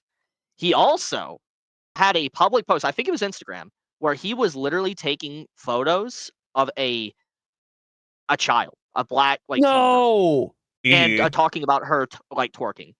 There's people that's recently talked about it in the past 2 weeks. It's bad, and he put like it's gross. Like it's really gross. And that's why he got banned like 20 times. Oh yeah, no. As soon as like he's gotten banned recently. I think thanks to that, probably one part of that. It's really bad. You know, I don't like lolly hentai that much myself personally. But you know, as long as I've viewed you, Chibi, at the very least, I know you haven't talked about real kids like that. So I'm grateful. I'm grateful at the very least. You know, I'd be way more No, sus of a people if yeah, they did. look, but, I'll you tell know. you what I really am into. Okay, for everybody, okay. but let's get the distinction out of here. I like, and I will leave it at this before I go. I like dommy mommies. Okay, I like milfs, big women. There you go. We'll leave it at that. Don't be like Tipster. All right. Tipster, who? Oh, never mind. I'll have to tell you later. Tipster is historical for saying he likes goth mommies, and then he kind of like ruined his whole life, and now he's like What? non-binary. Oh, Yeah, oh, no. it's listen. It's only stuff if you follow commentary drama, which I do, because it's gay and retarded. Yeah, Akko's more on like the commentary YouTuber drama, and then I'm over here with like all the anime people that are just terrible at what they do. Mm-hmm. I still don't know why Well- Trash Taste brought fucking Hassan on. Dude, As friends. I got a little fun fact for everybody here. I was getting invited to Trash Chased, like back in like 2020. I almost got on it. Ooh. Really? It got canceled though because of COVID. Oh yeah, fair. Mm. Everything got canceled because of But COVID. I was gonna be on Trash Taste, but things didn't work out obviously, and I think because of just how my content has been or what I say, just they don't want to work with me, and it's fine. I accept that. It's fine. I won't judge, but I do think though it was a pretty bad move bringing someone like Hassan onto their platform. Yeah. Like that was very unwise. Twice. Twice. Was it twice? Wait, was it twice? It was twice. They brought him on once a couple years prior, and then they brought him on again like a year or two ago. Which was the One Piece thing. Huh. I didn't know it was a twice thing, but the One Piece stuff is crazy. Him using like, I Luffy's don't a even communist revolutionary. I don't even want to get into that situation, man. Me and my friend It's so Kendra did like a whole like rant about it because it's like you realize Luffy's probably propped up more monarchies than any other form of government. Yes, This is very true. Like Luffy loves monarchies because they give him food as a reward. They feed me. I'm okay with them. They feed me. Well, I'm looking for the One Piece. Oh, but okay. I want to hop off here though. You all chat as well. Have a good night. I'll probably still be on Twitter if you guys want to get a hold of me or whatever. But Bless. I gotta go outside and deal with these dogs. Yeah, and have a walk good them in dog my walk. Slender Man. I Have a gotta good night. walk them in my Slender Man forest. So yeah. Well, the dogs will protect you. The corgis got your back. Exactly. Yeah, she got my back. My Shiva will be like, nope, I'm out. Yeah, sounds about right. But okay, I'll talk to y'all later. Yeah, we'll You all hit you have up a some good other night. time. Peace. Peace. See, chat. Mizu pulls through for you guys. I pulled through for you guys. Oh. I didn't want to put it on the thumbnail though because I didn't know if it was gonna happen or not. Yes. I didn't pull through on the Joe Cat one back in the day, so I had to make up for it. 3 years later. I pulled through on a Oh couple. goodness. Yeah. That was funny though. Although most of the That was really time it's funny. because they're so mad at me they want to come on and like try and yell at me, and then they get here and then they don't want to yell. Yeah. That's fair. That's fair. I mean, that was interesting to me. I'm gonna be honest with you. I always thought that he was into Lolicon, but that's that's fair. He's kind of just like me then, just defending. Yeah, sometimes you just shit, defend I it. guess. No, yeah, and I mean, like my stance has always been it's not against the law, so that's why I defend it, even though I don't like it. Now we Simple can as that. change the thumbnail later to something more fun. Yeah, I'll add a picture. I'll add a picture of Chibi on the front of it. I'll have to figure out the timestamp of when he hops in, but I'll add a picture of him on there. Oh, thank you, Saint Raphael, for becoming a member of my RT Spillers. Bless. We had Project Libertad, Chibi, I disagree, Death to the Queen of Spades. Internet Zen Master, Dylan's request, Mizu, you must show your Hear Me Out. Oh, I'll send him. I'll send him my Hear Me Out later. I have a picture of it. And thank you, Project Oh. Libertad. The League of Schizos, Airbagged, Evan Worf, Bent, Underdog, Mythics, and the Yo Mama guy. Oh, the Yo Mama guy. Fucking Brody Fox. I don't even. I think that Mythics is kind of since he's like botting allegedly. I don't even think you can count him in that same realm. I'm sorry. Were you around the other day when I went through his YouTube? What was that on with Leaflet or what? When was that? I don't think it was with Leaflet. I just went through his YouTube on stream the other day, and his YouTube channel makes no sense. He's like doing React slop to shorts. Yeah, no, yeah, we did that on stream. I think that was last Under the Tea where we just went through it and we were just like bewildered by it because he was like reacting to another guy eating food. Yeah. And we were just like so bewildered. It was like, what the fuck is this? What is your content? If your content is reacting to like to just literally slop, it's just like, what are you? What is your content, man? And now he's just sitting on Twitter all day, like club chimping and whining about people that he doesn't like. And yes, it is still funny that Mythic just copied Nux's avatar. He did, and yet he calls Nux a pedophile, which is kind of crazy. So, you know. Thought he was just uploading other people's as his. Yeah, we thought he was like just stealing other people's content. Then you open it up and he's like just chatting over it. Yeah, it was that. Yeah, I was bewildered. I'll tell you that much.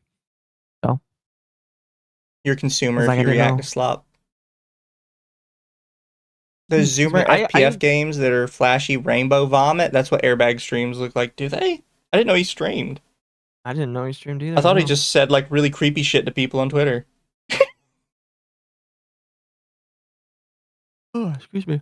I will say, as long as it's done in moderation, I don't care if people do mild reacts to slop. I just don't think it should be YouTube content necessarily because it's boring. Well, it shouldn't be your primary thing. And we've kind of talked about it before, right? Like majority of the stream should be your own content. If the thing you're reacting to is 30 seconds long, like, come on, bro. Come on, no, bro. I agree. Yeah, I guess if it makes him happy, it makes him happy. But in my personal opinion, there's a lot of times where I see content creators where I'm just like, are you doing this because it makes you happy, or are you doing this because you think it's going to make you money? And a lot of the time, I can just tell it's like, okay, you're trying to do money. You're trying to just make money. Also, Chatter just gifted me Factorio, so now I have to play Factorio on stream at some point. Is that multiplayer? Maybe we could play a little bit together. I don't know. I think it is. Because I'm pretty sure I've watched YouTubers play it. Yeah, it's got co-op. Okay. I figured, because I thought I saw YouTubers play it together.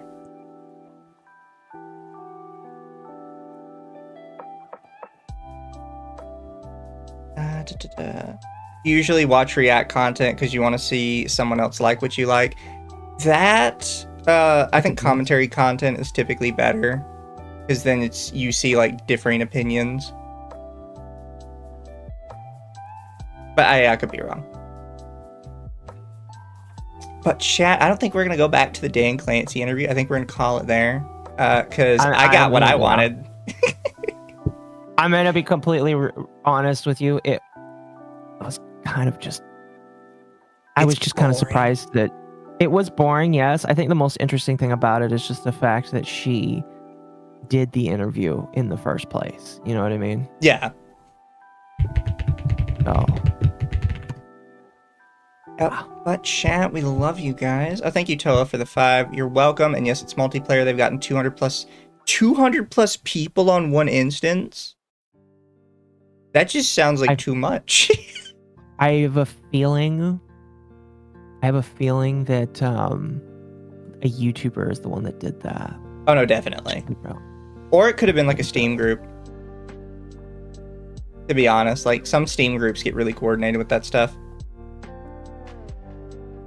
Let me scroll through. Oh, there is one super chat I missed. I didn't put a heart on it, so I probably didn't read it. Grolgar says Mother's Basement. Gluck? I don't know. Is it Giguk? Giguk.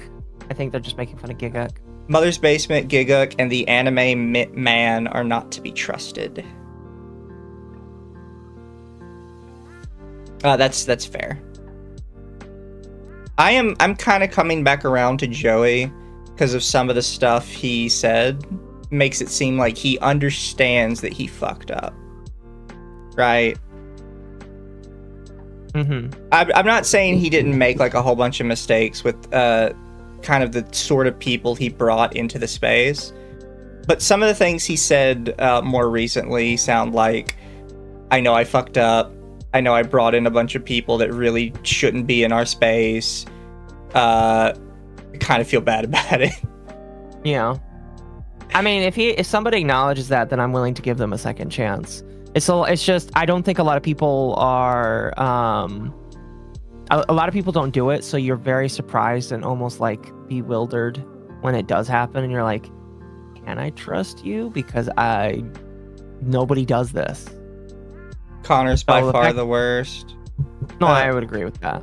Yeah, Connor, I don't even think Connor really likes anime all that much. Like every time all the content I've watched from him on Trash Taste, it doesn't read like he actually likes what they're talking about at any given time.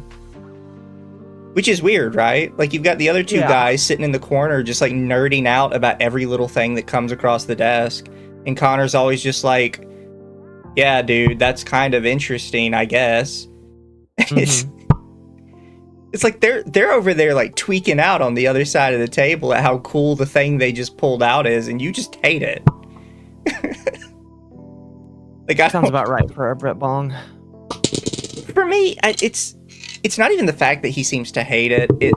I feel like if they were actually your friends, you could at least pretend to be excited for them a little bit.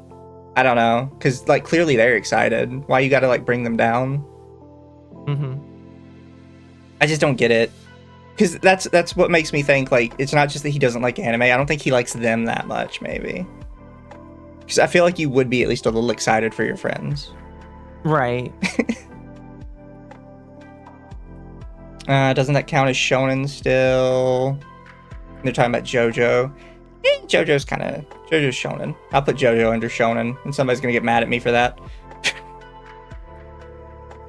But I hope everyone has a good night, good day, good evening. Let me see if I can send you guys off anywhere fun. Nobody I follow on the channel is currently live, so I gotta do some looking. Unless Occo knows somebody that's currently streaming. Is currently streaming? Let me take a look. Is Maury live? I'm always gonna suggest Maury if I can. Mari was supposed to start streaming 10 minutes ago. Cinevere's live? Oh, we could do Cinevere. Yeah, send him to Cinevere. I don't think... can you link me them? Because apparently I spelled it wrong. I think I follow them on my main. I don't think I follow them on this one.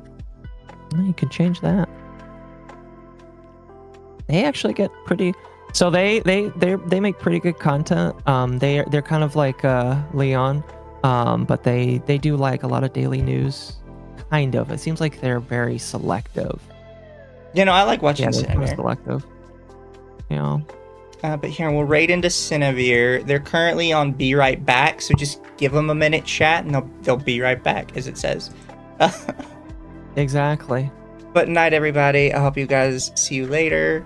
And we will see about Chibi on Sunday. Like he said, he makes no promises, and don't be mean to him if he can't make it. It's okay. But night, everybody. Bye-bye. Bye, chat. See you next week. I'll be back.